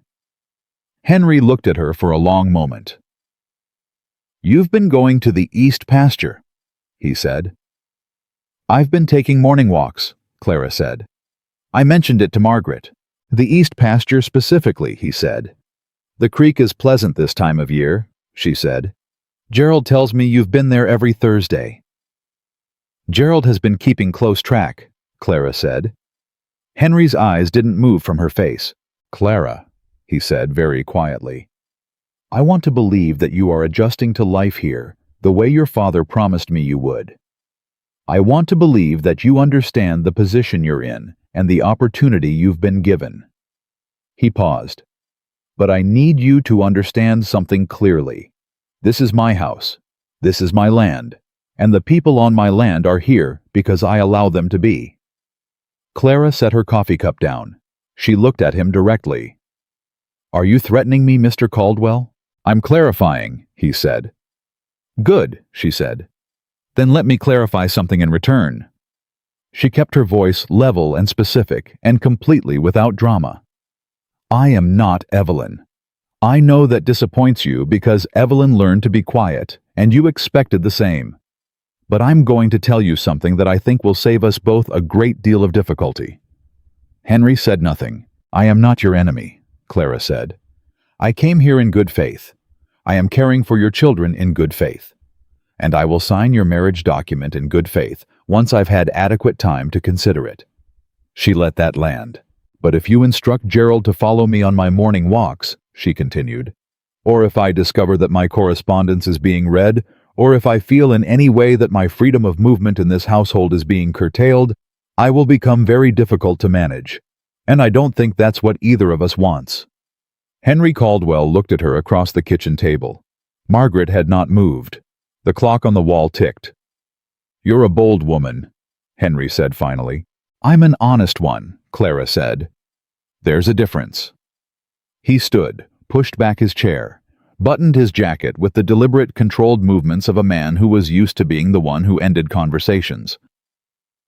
"3 more weeks," he said, "then you sign." He walked out. Clara sat at the kitchen table and drank her coffee, and waited until she heard his boots on the stairs, before she let out the breath she'd been holding for the last 4 minutes. Margaret turned from the stove. She looked at Clara. Her hands were trembling. "He searched your room last night," she whispered. Clara looked up at her sharply. "While you were asleep," Margaret said. "Gerald, he went through everything." Clara thought about the notebook, which she had been sleeping with inside her nightgown for the past 2 weeks. "Did he find anything?" Clara said. "I don't know," Margaret said. Clara set her coffee cup down very carefully. She thought about what Jack had said. "If Henry figures out what you're doing before we have enough evidence, he will not give you the same amount of time he gave Evelyn." She thought about the payment entries in the ledger. Dr. Warren Hollis Billings. Monthly. 3 years. She thought about her sister's last journal entry. "I have to believe someone will come." "Margaret?" Clara said very quietly, very directly. "I need to ask you something, and I need you to tell me the truth." The older woman looked at her. "Do you believe Evelyn's death was an illness?" Clara said. Margaret stood absolutely still. Her eyes filled. She didn't say yes. She didn't say no. She turned back to the stove, and her hand came up and covered her mouth for just a moment, a brief involuntary gesture, the body expressing what the voice had been trained not to. Then she straightened, composed herself, went back to stirring. "Breakfast will be ready in 20 minutes, she said. Clara looked at her. She stood up. "Thank you, Margaret," she said. She went upstairs to check on the children. She walked past Henry's study door, and she stopped. Because the study door, which was always locked, was standing 2 inches open. Clara looked at it. She thought about what she knew, and what she didn't know, and what she needed, and how much time she had left. Then she pushed it open and went in. The bottom drawer was open. The false bottom was up. The ledger was gone. Clara stood in the empty study and felt the ground shift underneath her, and understood that the situation had just changed completely. Henry knew she'd found it. And in approximately 20 minutes, when Gerald came down for breakfast, he was going to tell Henry. She had until then to figure out what to do next. The ledger was gone. Clara stood in the empty study and counted to 5 slowly, because panic was a luxury she could not afford in the next 60 seconds, and she needed those 60 seconds to think. Henry had moved the ledger, which meant one of 2 things. Either he'd moved it because Gerald reported her interest in the study, and he was being cautious, or he'd moved it because he knew she'd seen it, and he was removing the evidence before she could act on it. The second option meant the clock had already run out. She chose to act as if it was the first. She pulled the study door back to exactly the 2-inch gap she'd found it, and walked back down the hall to the kitchen, where she sat down, picked up her coffee, and resumed looking like a woman thinking about nothing more complicated than her morning. Gerald came downstairs at 7:45. He looked at her. She looked at him. "Good morning," she said pleasantly. He said nothing, got his coffee, sat across the room. The silence was different this time. Not the managed professional silence he usually maintained, but something tighter and more watchful, the silence of a man who was waiting for a signal. Henry came down at 8. He looked at Clara once briefly, and then looked at Gerald, and in that single exchanged glance was more information than a full conversation.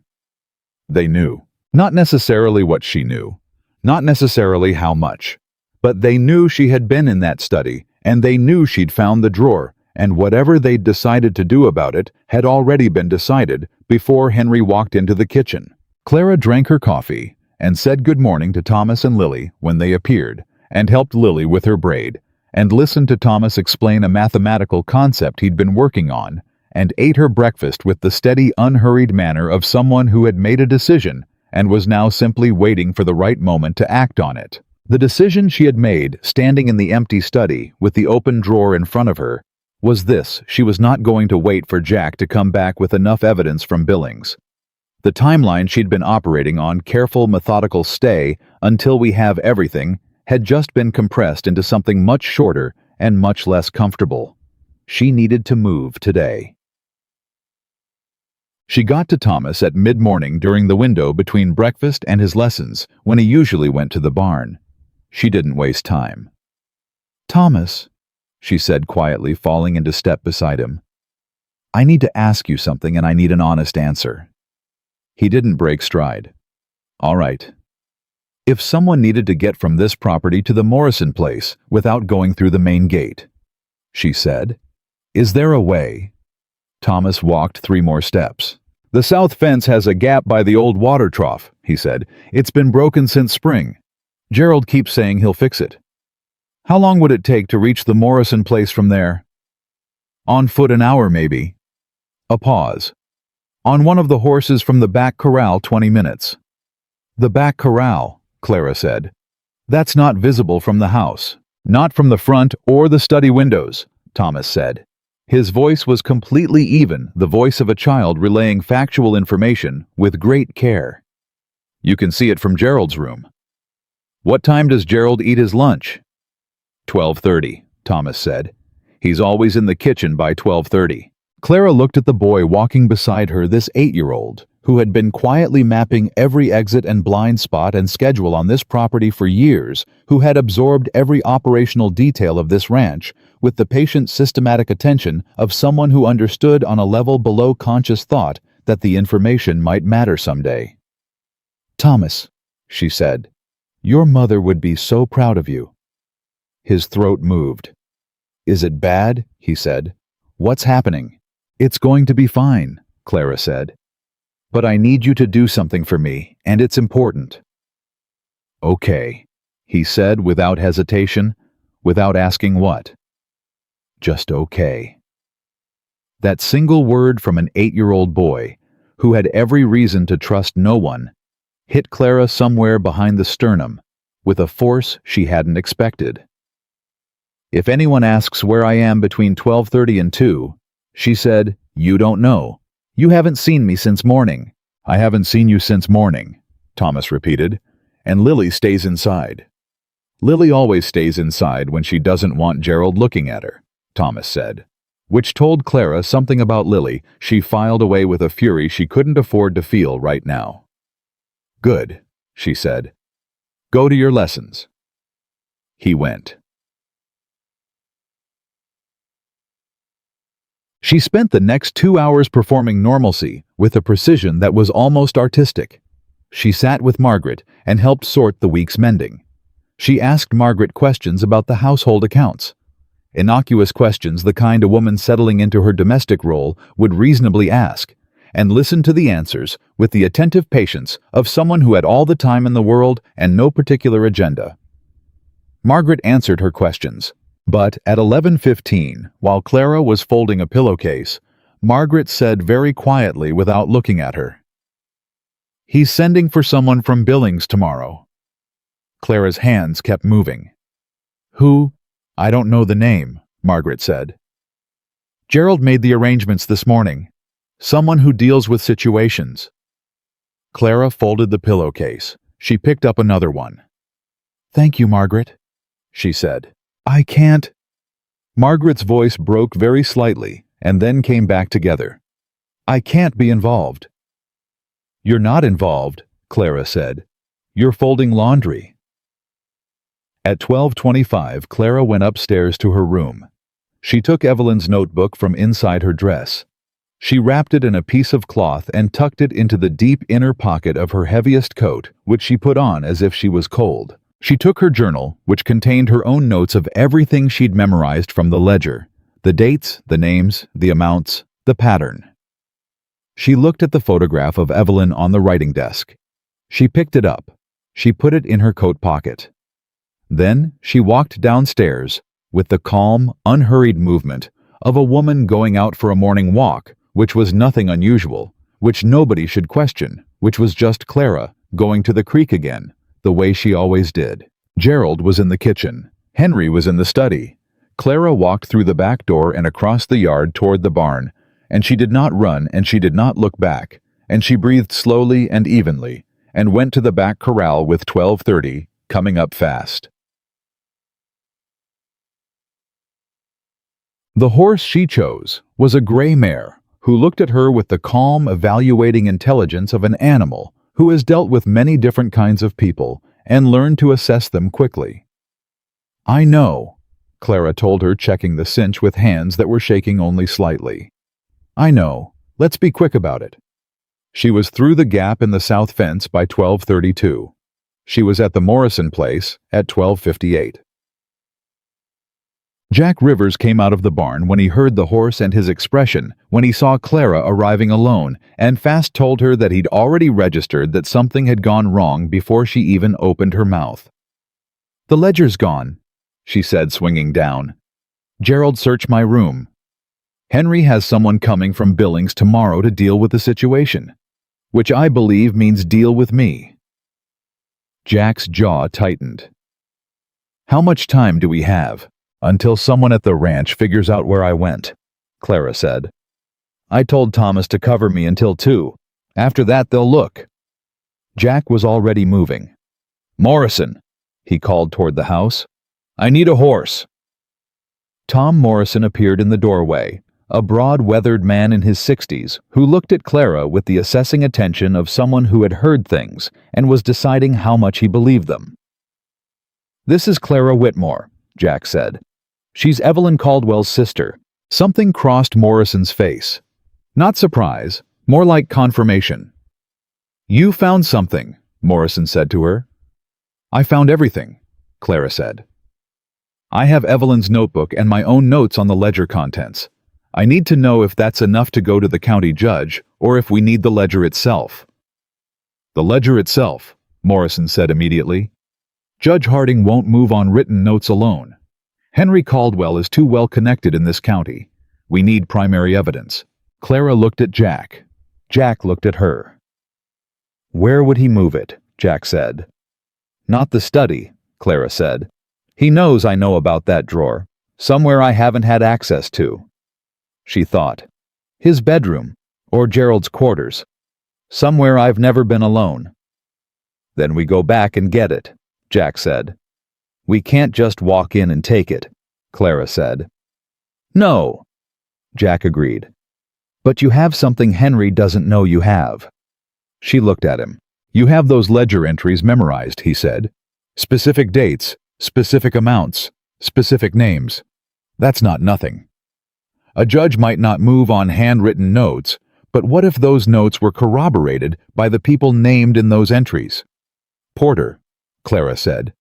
"Elias Porter in Billings, and 3 other families I've already talked to," Jack said. "The Hendersons, the Braun family, old Walt Severs who lost his Eastern 42 years ago." He paused. "None of them wanted to come forward alone, but together with documentation with someone who can lay out the pattern. Together they're not alone anymore," Clara said. "That's what I've been building in Billings," Jack said. "I went Tuesday. Porter is willing to testify. The Hendersons are willing. Severs is 80 years old and angry enough to walk through fire if someone gives him the direction." Clara pressed her hand to her mouth for just a moment, a brief involuntary gesture, the relief hitting her harder than she expected. "How long to get them all in front of the judge?" she said. 2 days if I ride tonight," Jack said. "Morrison can go for Porter." "I can't go back to that ranch for 2 days," Clara said. "Henry already knows something's wrong.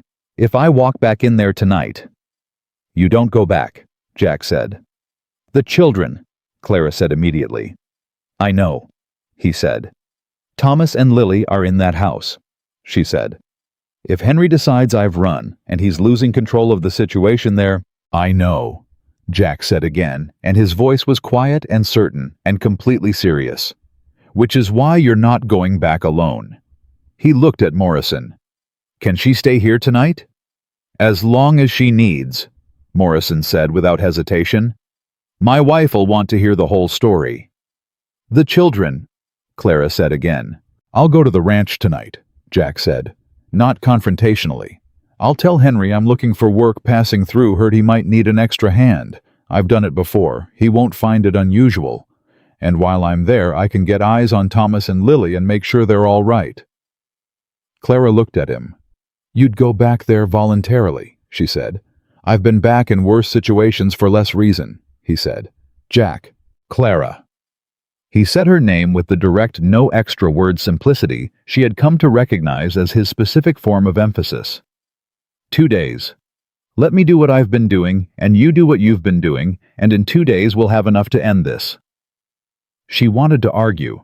She wanted to say that 2 days was too long, and the children were alone, and Henry was sending for someone from Billings tomorrow, and the ledger was missing, and everything had already gone further wrong than planned. She said all of that to herself quickly and completely, and then she looked at Jack Rivers and said, "All right, 2 days."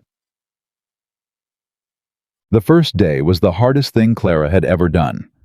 Not because of physical danger or active crisis, but because of the waiting, which was its own specific kind of hard, the kind that requires you to hold completely still, while everything you care about is out of your reach and out of your control. Mrs. Morrison. Helen was a small, fierce woman in her 60s who fed Clara a real meal for the first time since Ohio, asked 3 incisive questions about the situation, and then set Clara to work, helping with the household, because she said sitting still with worry is just worry, plus guilt about sitting still. Clara worked. She helped with the washing. She chopped vegetables. She organized things that didn't need organizing. And she talked to Helen Morrison, who had known about Henry Caldwell's land acquisitions for 2 years and had been powerless against them, and she told her everything she'd found and watched Helen's expression move through anger and grief and something that finally settled into a kind of fierce, resolved hope. "Evelyn tried to get me to talk," Helen said. "Last spring. She came by one afternoon, said she had questions about the Henderson land sale. I was too scared." She was quiet for a moment. "I've regretted it every day since." "You couldn't have known what would happen," Clara said. "I knew what kind of man he was," Helen said. That was enough. She looked at Clara directly. "You're braver than most." "I'm angrier than most," Clara said. "It looks the same from the outside." Helen laughed a short, real laugh. "I like you," she said. "I like you too," Clara said, and meant it completely. Jack came back the following morning. He came in looking like a man who had covered a lot of ground fast and was running on determination and not much else, and the first thing he said was, "Children are fine." Clara exhaled. "Henry told me he had no work available," Jack continued, sitting at the Morrison kitchen table. "Which is a lie. That ranch always needs hands this time of year. He just didn't want me on the property." "Did he recognize you?" "Oh, he recognized me," Jack said. "That was the point. I wanted him to know I was in the area. I wanted him to have to decide what to do about that while he's also dealing with you being gone." "You gave him 2 problems at once," Clara said. "I gave him 2 problems at once," Jack confirmed. "While I was there, I saw Gerald ride out toward Billings, moving fast." "The man he sent for," Clara said. "Maybe," Jack said. "Or maybe he's going to Billings for a different reason." He looked at her. "Morrison left for Billings last night. Porter and the Hendersons should be ready. I need to ride to Judge Harding's office in Clearwater this morning. I want you to come with me." "Me." "Harding is cautious," Jack said. "He's been cautious about Henry for 2 years because Henry has money and connections, and Harding doesn't want the fight unless he's certain he'll win it. But if Evelyn Whitmore's sister sits in his office and shows him Evelyn's notebook and lays out everything she found in that ledger from memory." He stopped. "You're not a ranch hand with a grievance. You're a woman whose sister died in that house. That's different. That matters to a judge." Clara looked at him. She thought about Judge Harding sitting in his cautious office weighing risks. She thought about Elias Porter with his broken back and his lost land.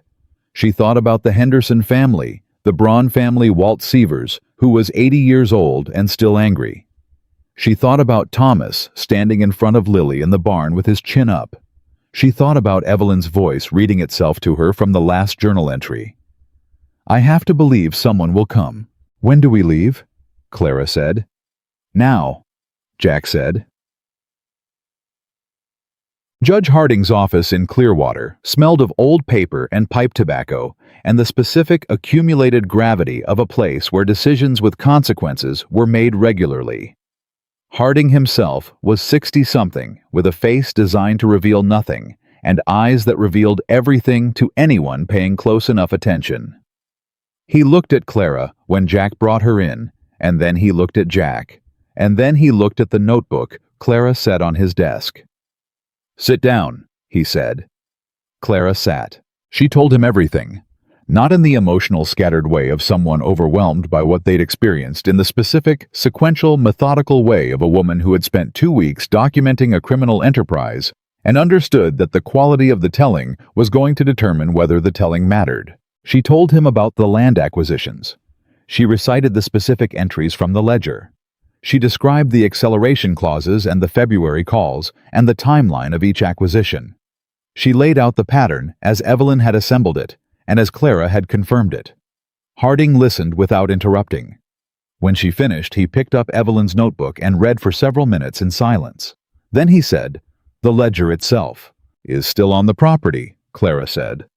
"I can tell you what's in it with specificity. I have witnesses who were directly affected by the transactions documented in it, and I have a deceased woman's contemporaneous record of what she discovered." "Evelyn Caldwell's death," Harding said. "You're suggesting it was not natural." "I'm suggesting," Clara said carefully, "that Henry Caldwell made regular payments to a Dr. Warren Hollis in Billings for 3 years during Evelyn's marriage, that Evelyn's health was by all accounts excellent, and that she died suddenly of an illness that appeared and resolved in under a week." She paused. "I'm not telling you what that means. I'm telling you what it is." Harding looked at her. "You're precise," he said. "I've been told that," Clara said. He was quiet for a moment. Then, "I'll need the witnesses." "They'll be in your office tomorrow morning," Jack said from the doorway. "Porter the Hendersons, Walt Sievers." "And the ledger," Harding said. "We'll get it," Jack said. Harding looked at him steadily. "I'm not authorizing anyone to break into Henry Caldwell's study." "You won't need to," Clara said. Both men looked at her. "Henry is going to bring the ledger to us," she said. The silence in the office lasted about 4 seconds. "Explain," Harding said. "Henry thinks I've run," Clara said. "He thinks he scared me off and I've left the territory. Right now he's reassessing his exposure, figuring out what I know, what I took with me, whether it's enough to hurt him." She looked at the judge. "He has that ledger in his possession because he moved it to protect himself. And as long as he thinks he's in control of the situation, he'll keep it close. But if he stops feeling in control," Jack said. "He'll do one of 2 things," Clara said. "Destroy it or move it somewhere he thinks is safer." She paused. "If you issue a warrant for his arrest today, based on the testimony you already have, just the land fraud, just what can be proven without the ledger, he'll panic. And a man in a panic makes mistakes." Harding looked at her for a long moment. "And if he destroys it," he said, "then we convict him on what we have," Clara said, "which is still enough to ruin him. It's just cleaner with the ledger." Harding was quiet for a very long time. The clock on his wall ticked. Outside, the sounds of Clearwater going about its business moved through the afternoon air. "I'll have the warrant drawn up by end of day," he said. "The witnesses arrive tomorrow morning. We proceed formally." He looked at Jack. "You serve the warrant." "I'm not a lawman," Jack said. "You are today," Harding said. "Sheriff Briggs will ride with you, but you know that property, and you know those people." He looked at Clara. "You'll stay here." "No," Clara said. Harding raised an eyebrow. "Those are my sister's children in that house," Clara said. "I'm going." Harding opened his mouth. "With all respect, Judge," Clara said, "you can't stop me. You can refuse to deputize me, but you cannot legally prevent me from riding to a property where I have been invited as a resident and where 2 minors who know and trust me are currently living." She held his gaze. "And you wouldn't want to, because when this goes to a formal proceeding, you want it airtight. And the woman who found the evidence and can speak to all of it from first-hand experience is an asset, not a liability." Harding looked at her. He looked at Jack. Jack had the expression of a man who had known this was coming and had decided not to try to prevent it. "Fine," Harding said. "You ride with the sheriff's party. You stay behind Rivers when we enter the property. You do not engage Caldwell or Gerald directly until I say so." "Agreed," Clara said. She meant most of it. They rode for Caldwell Ranch the following morning, an hour after the witnesses had told their stories in Harding's office, and Harding had signed the warrant with the slow, deliberate signature of a man who understood that what he was signing was going to end someone powerful and didn't want to do it wrong. Sheriff Briggs rode in front. Jack rode beside Clara. 2 deputies brought up the rear. The ride took 40 minutes, and Clara spent them reviewing everything she knew and everything she didn't. Testing her own account for gaps, checking her memory of the ledger entries against what Porter and the Hendersons had described, making sure the pieces fit the way she believed they did. Jack rode beside her without speaking for most of it. Then he said, "You all right?" "Ask me when it's over," Clara said. "Fair enough," he said. The ranch came into view. Gerald was in the yard when they rode in, and he saw the sheriff's badge and the warrant in Briggs's hand, and his face did something that was not surprise, which was itself informative, Clara noted. A man who reacts to a warrant with no surprise is a man who has been anticipating one. He went for the house. "Gerald," Sheriff Briggs said loudly and calmly. "Don't go inside." Gerald stopped. He turned. He looked at Jack. He looked at Clara. His face cycled through several calculations very quickly and landed on a controlled blankness. Henry came out onto the porch. He looked at the sheriff. He looked at the warrant. He looked at Clara, and for a single unguarded moment, something moved across his face that was almost impressive in how many things it contained at once. Anger, yes. Calculation. And underneath both the specific dawning comprehension of a man who has been planning several moves ahead and just realized that someone else was further ahead than he was. He looked at Jack Rivers. "You," he said. "Me," Jack agreed. "Henry Caldwell," Sheriff Briggs said. "I have a warrant for your arrest on charges of fraudulent land acquisition and coercion. You'll come with us to Clearwater." Henry's eyes were still on Clara. "You had no right," he said. His voice was very controlled. "You came into my house." "Your house," Clara said, and her own voice surprised her, not with its steadiness, but with the complete absence of fear in it. "My sister lived in that house. Your children live in that house. And I am standing here because Evelyn left a record, and I followed it, and everything she documented has been confirmed by the people you did it to." "You have nothing," Henry said. "I have everything," Clara said. "Dates, names, amounts. I have Elias Porter who will describe in detail what that acceleration clause did to his family. I have the Hendersons and the Braun family and Walt Severs who are all in Clearwater right now." She paused. "And I have my sister's notebook, which she wrote knowing that someone was going to need to read it someday." Henry looked at her. Something in him shifted, something fundamental. The particular internal collapse that happens when a person of control confronts the moment that control ends. "The children," he said, unexpectedly. "Thomas and Lily will be cared for," Clara said. "That I promise you. Whatever you have done, they are not responsible for it, and I will not let them suffer for it." Henry's jaw worked. Then he looked at Gerald. Gerald was already watching the deputies. It was over before it was formally over, that specific quality that the end of things has when the outcome has already been decided, and what remains is just the mechanics of it. Henry Caldwell walked down the porch steps. He gave his hands to the sheriff. Gerald, 2 minutes later, gave his.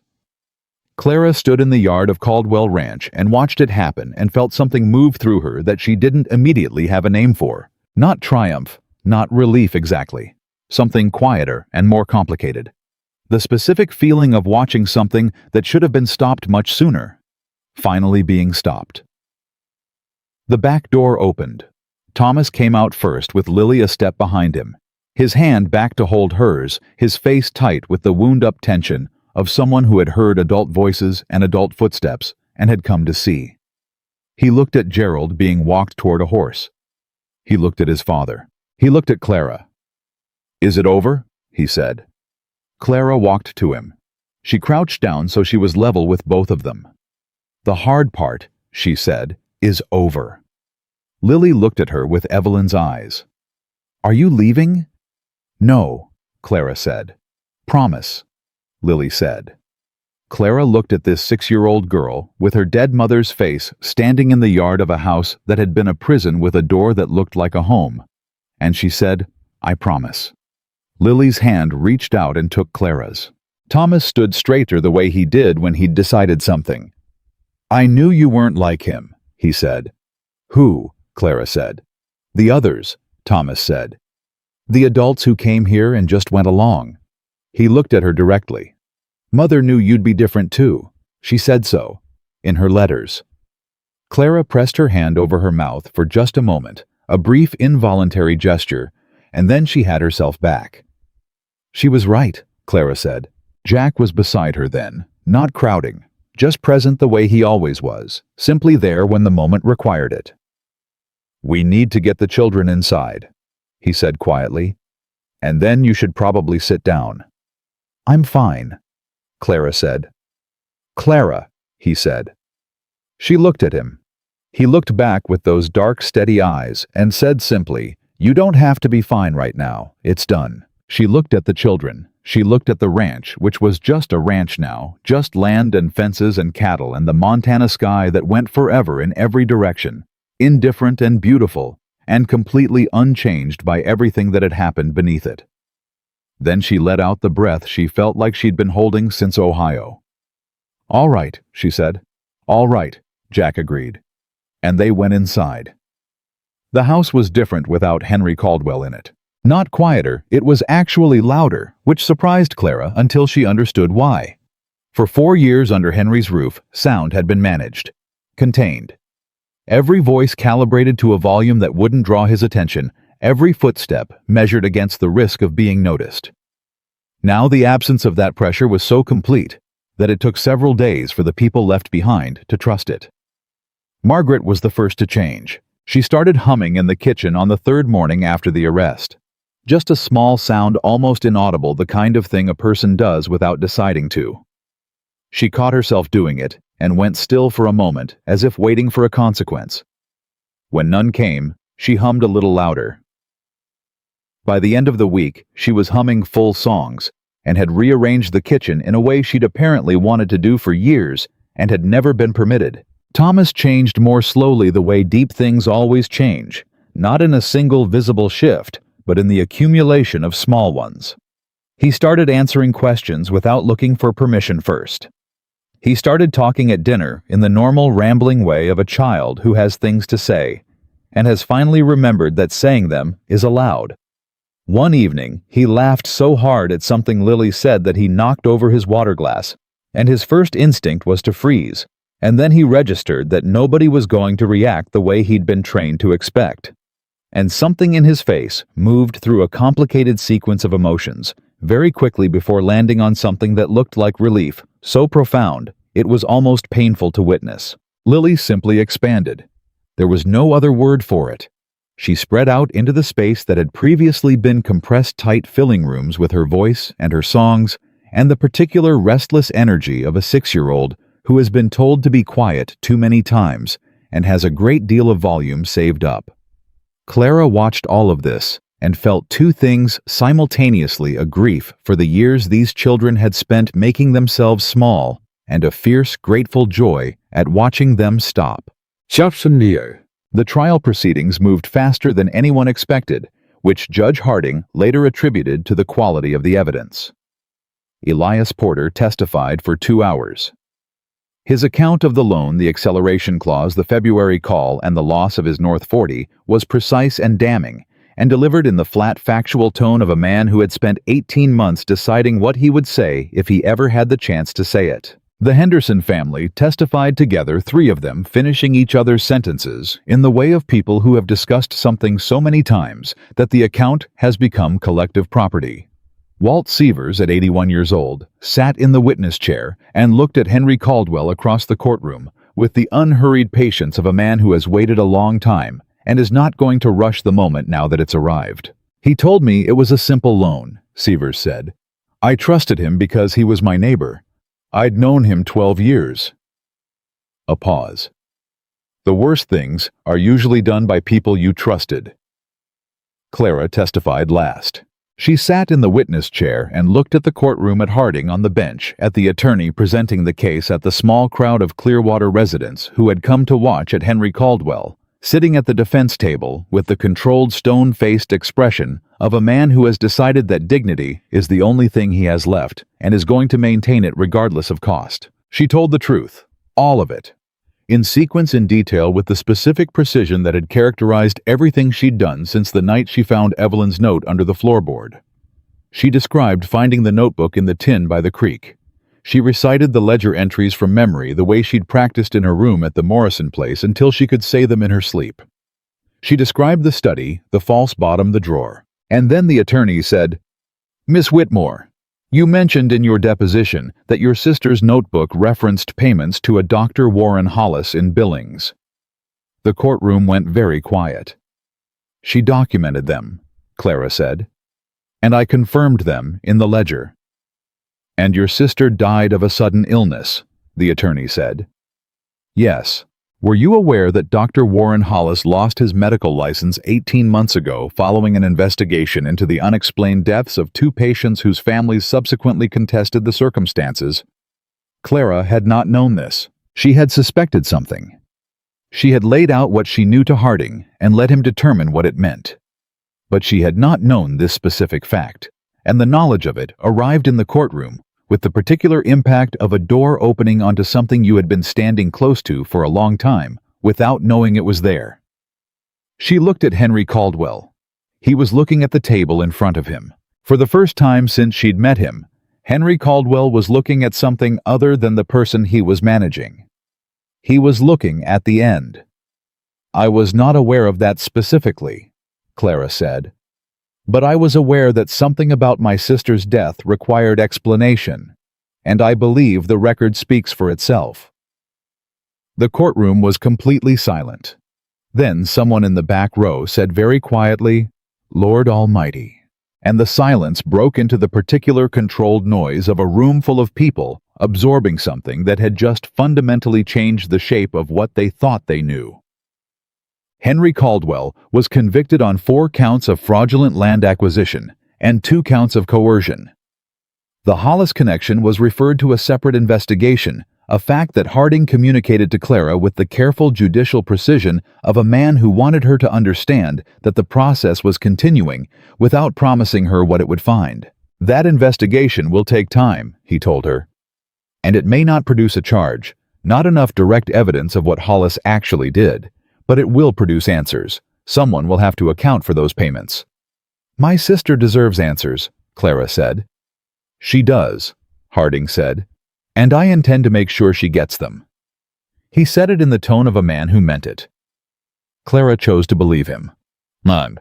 The question of what happened to Caldwell Ranch after the conviction was more complicated than the conviction itself, and it occupied the following 6 weeks in ways Clara hadn't anticipated. The land that had been fraudulently acquired was subject to a legal process of return painstaking and document-heavy and requiring the attention of an attorney in Clearwater named Abigail Morse, who was the first woman lawyer Clara had ever met in person and who approached the property documentation with an intensity that Clara found immediately and thoroughly admirable. "The Porter parcel is straightforward," Abigail told Clara over a desk covered in papers.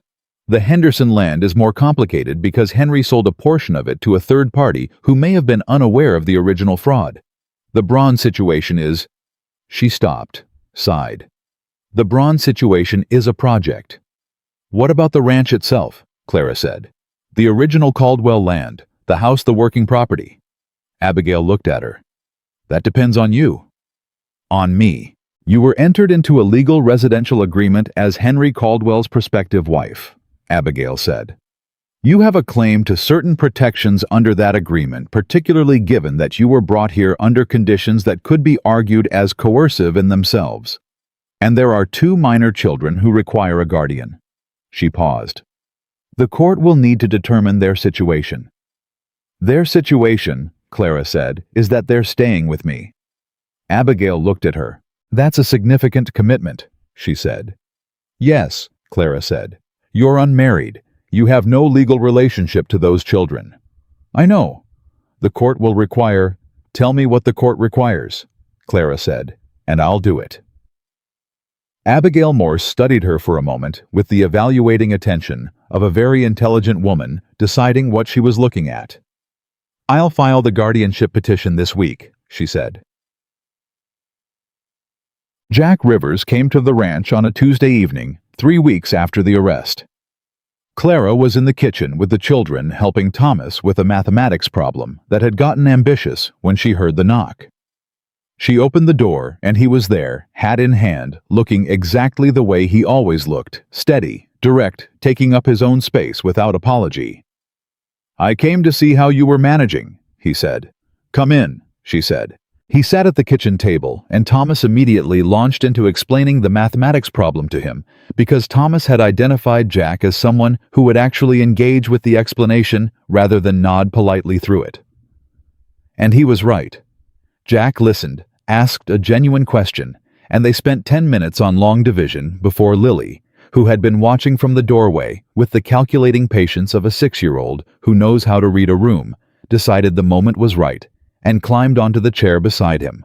"Do you know any songs?" she asked. Jack looked at her with the expression of a man who has been ambushed and is not entirely displeased about it. "1 or 2, he said. "Sing one," Lily said. "Lily," Clara said.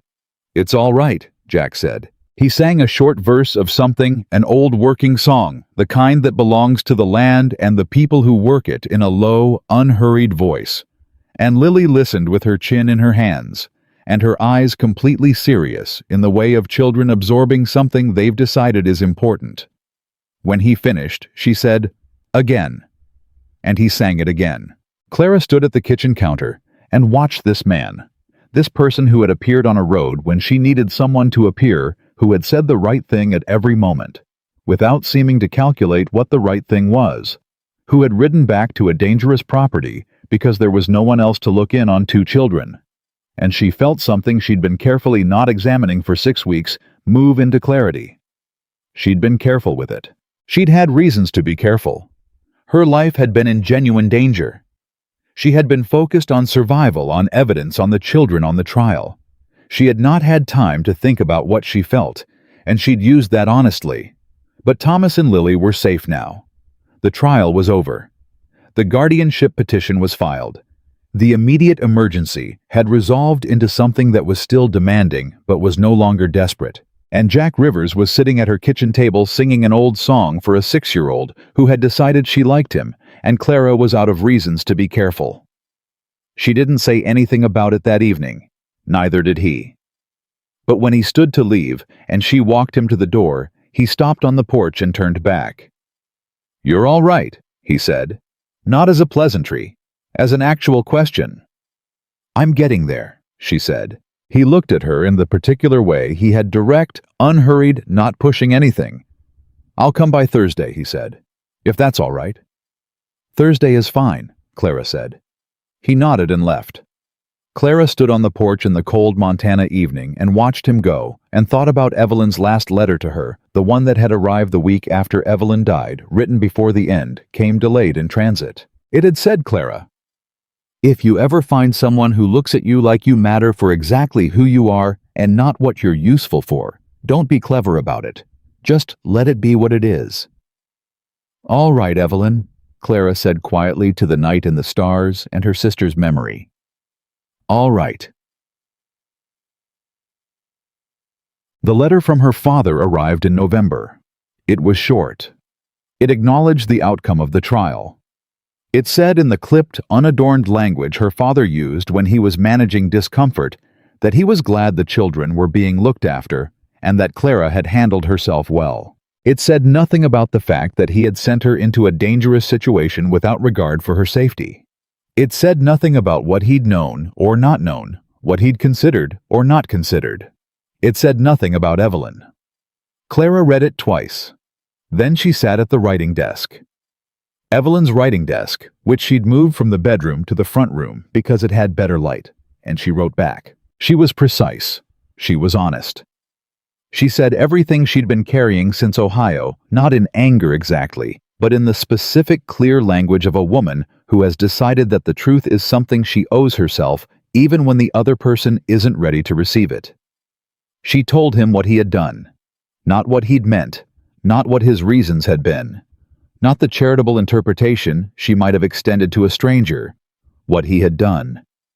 She told him that she was staying in Montana. She told him about the guardianship and that she intended to complete it and that Thomas and Lily were her family now, regardless of whether a court document said so. She told him that she forgave him, not because it was easy, and not because what he'd done was acceptable, but because she'd watched what the accumulation of unresolved anger had done to Henry Caldwell, and she wanted no part of that particular inheritance. She told him she hoped he found a way to be honest with himself about the difference between taking care of his family and using them. She sealed the letter. She did not know if he would write back. She found that she could bear not knowing. The guardianship was granted in December, 2 days before Christmas. Clara sat in Abigail Morse's office and signed the documents with her own name, not Caldwell, not Whitmore by obligation. Just Clara Whitmore, who had come west on a train because she had no choice and had built a life because she had decided to. And Abigail handed her the copies with the satisfied expression of a lawyer who has done something genuinely right. "Congratulations," Abigail said.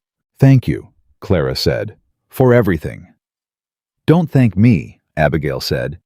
"I do this because it matters. You did the hard part." Clara looked at the documents in her hands. "I had help," she said. "Arsim," she told the children that evening. Thomas received the news in the way he received most significant information, without visible reaction on the outside, which Clara had learned meant a great deal was happening on the inside. He sat at the table and looked at the guardianship document for a long time without speaking. Then he said, "Does this mean you can't leave?" "It means I've promised not to," Clara said. He looked at her. "What's the difference?" he said. "A promise is a choice," Clara said. "A contract is a requirement. I'm here because I choose to be. That's different from being here because someone required it." Thomas was quiet for another moment. "Mother chose," he said. "At first, before it became something else." "Yes," Clara said. "She did. And she was brave for staying as long as she did, and she was smart to leave what she left, and I am grateful every single day that she did." Thomas nodded slowly. Then he said, "I'm glad you came." Those 4 words from this particular boy were one of the most complete things anyone had ever said to Clara. Lily, for her part, celebrated by producing the peppermint stick she had been saving since the trip to town in October, and splitting it with Clara with the grave, generous ceremony of someone making an offering of something genuinely precious. Clara ate her half of the peppermint stick and felt a happiness so simple and so specific that she almost didn't recognize it. Jack came for Christmas dinner. He came with Helen Morrison and Tom and Cole, the ranch hand who had been quietly, steadily loyal through everything. And the small house was loud and warm and full of the particular noise of people who have been through something difficult together and come out the other side with the specific bond that difficulty produces when it doesn't break you. Clara cooked with Margaret. Helen Morrison took over the bread without being asked, and Margaret let her without complaint, which was its own kind of miracle.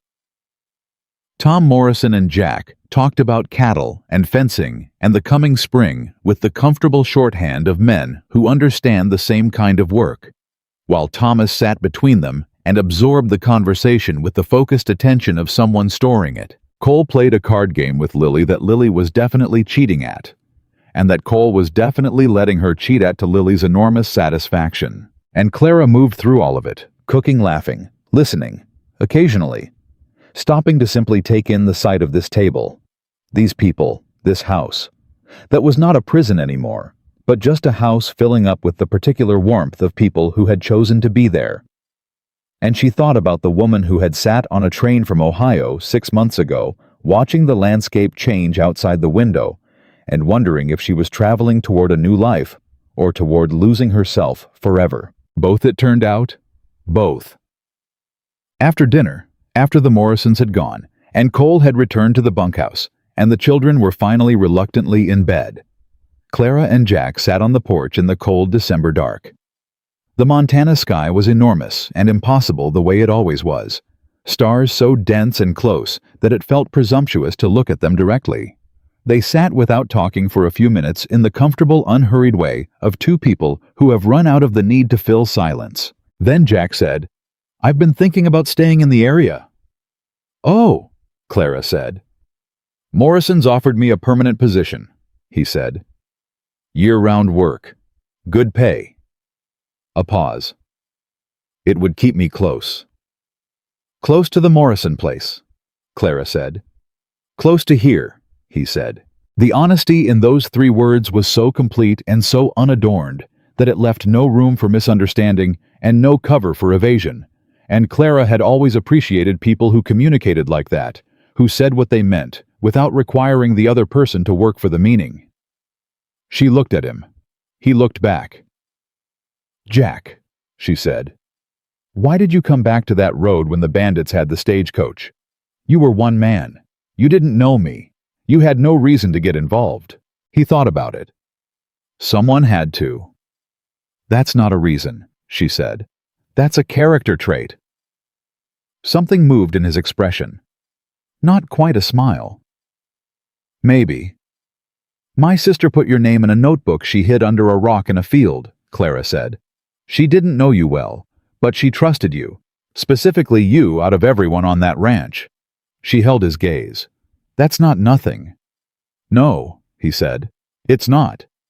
"She wrote Find Jack Rivers," Clara said. "She was right. I needed to find you." Jack was quiet for a moment. "I needed to be found," he said. "I'd been carrying what I knew about that ranch for a year and a half, feeling like I'd let her down by leaving, telling myself it wasn't my place." He paused. "It was my place. It's always someone's place." "You couldn't have known."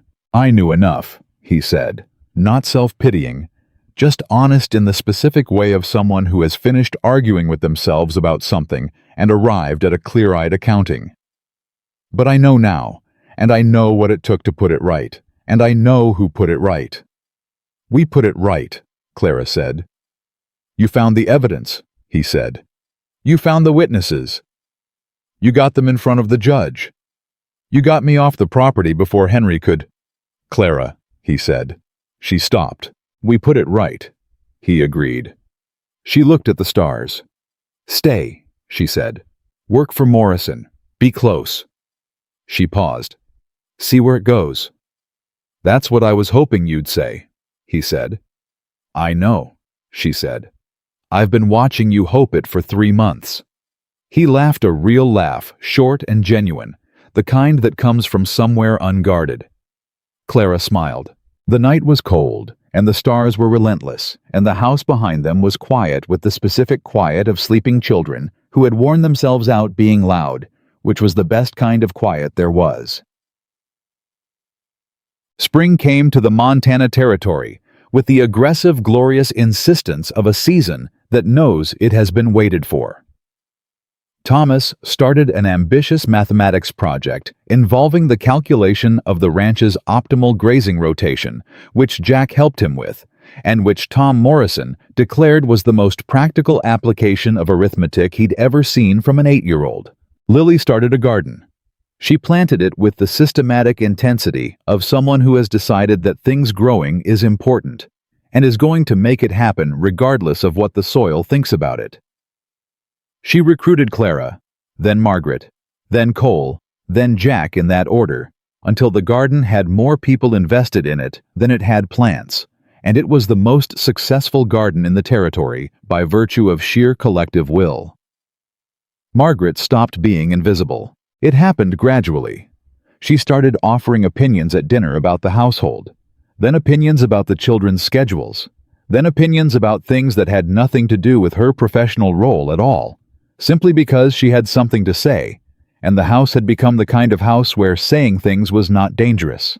One afternoon, Clara heard her laughing with Lily over something in the kitchen. A real laugh, abandoned and unguarded, and she stopped in the hallway and listened to it for a moment before moving on because some sounds deserve to be witnessed. The investigation into Warren Hollis concluded in April. Harding sent word through Abigail Morse. Hollis had been found in connection with 2 separate cases of what the formal language described as suspicious patient deaths with possible financial motive. The connection to Henry Caldwell's payments was established formally. The account of what Hollis had done to Evelyn, what he had been paid to do, was documented in legal language that was precise and terrible and absolutely clear. Henry Caldwell received an additional charge. The process would take time. It would be argued and contested and reviewed the way the law moved slowly and with great care for its own procedures. But the truth was documented now, officially permanently in a form that could not be revised or managed or controlled by the man who had tried to control everything. Clara read Harding's letter at the kitchen table in the morning light. She read it twice. Then she took out the photograph of Evelyn, the one she'd carried from Ohio in her coat pocket, the one that had been with her through the train and the stagecoach and the ranch and the Morrison place and the courtroom, and she looked at her sister's face, the quick smile, the dark hair, the laugh that gave itself away before the joke was finished. "They know," Clara told her. "It's all on record. Everyone knows." She sat with that for a long moment. Then she put the photograph in the center of the mantelpiece in the front room, where the light was good and where anyone who came into the house would see it. That was where Evelyn belonged, not hidden, not forgotten, not replaced. Present, known. In the house that had once tried to erase her. On a Saturday evening in late May, Clara and Jack walked the east pasture at dusk. It had become something they did no particular plan to, it just a direction they both seemed to move in at the end of certain days, the creek in the distance, and the land going wide and open in every direction, and the sky doing what the Montana sky always did, which was everything at once. They'd been walking for 20 minutes, not talking much, when Jack said, "I have a question." "Ask it," Clara said. He stopped walking. She stopped. He looked at her with the direct, unhurried attention she'd come to know as his particular way of saying that what he was about to say mattered. "I know this isn't what you came here for," he said. "I know you didn't come to Montana looking for anything except survival. I know you've built something here that belongs to you on your terms, and I am not asking you to change any of it." He paused. "But I am asking if you'd be willing to let me be part of it. Formally. Permanently. As your choice, not an arrangement, not a contract, not something someone else decided." Clara looked at him. "You're asking me to marry you," she said. "I'm asking if you'd want to," he said. "Those aren't the same question." They weren't. Clara had known the difference her entire life, and she had spent her entire life watching the people around her treat those 2 different questions as identical, and she had come to Montana in the first place because someone had stopped asking the second question entirely. Jack Rivers was asking the second question. She looked at this man, this person who had appeared when he was needed, and stayed when he could have left, and stood between her and danger, not because she'd asked him to, but because he'd decided it was where he belonged, and she felt the answer rise in her cleanly without the complication of doubt. "Yes," she said. "I want to." He reached out and took her hand. No drama, no grand gesture, just his hand taking hers, the simple weight and warmth of it. And Clara thought about all the ways she'd imagined her life going, and how none of them had looked like this, and how it was better than any of them. "Your sister would have had opinions about this," he said. "She would have talked for 45 minutes, and then acted like the conclusion was obvious," Clara said. Jack smiled. "She'd have been right, though." "She usually was," Clara said. They stood in the east pasture as the light went golden, and the creek ran its quiet, persistent commentary in the distance, and the house behind them held 2 children who were doing homework, or making too much noise, or feeding the horses things Margaret had specifically said not to feed the horses, and the Montana sky did its impossible generous thing overhead. People in the territory talked about Clara Whitmore for years afterward. Not in the way that people talk about remarkable things that happened once and then ended. In the way that people talk about someone who changed the shape of what was possible in a place, who walked into a situation that was designed to contain her, and instead dismantled it, and then stayed and built something better in its place. They talked about the trial, about the testimony, about the women and men who had finally been able to speak because one person had shown up and refused to be quiet. They talked about the children, Thomas, who grew up to be exactly what his mother had believed he would be, a man who built things that mattered and kept meticulous records because he had learned early that records could save lives.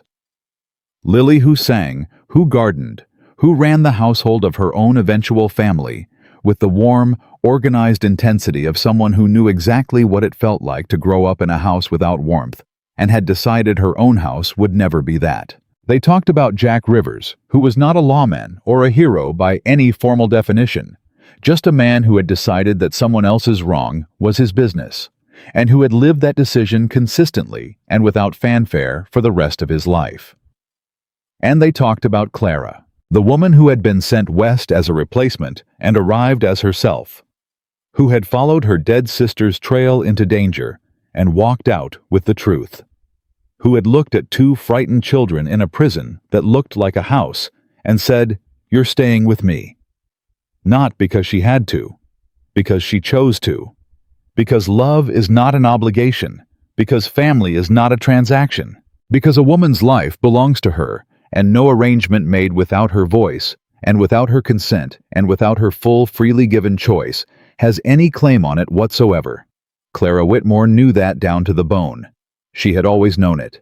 And she had traveled 2,000 miles through grief and danger, and the particular exhausting work of dismantling a lie, not to prove it to anyone else, but to live it fully and without apology for every year that followed. She did. That is what it means to choose your own life. And nobody, not a father, not a contract, not a powerful man with a ledger full of other people's losses, can take that from a woman who has decided with everything she is that it belongs to her.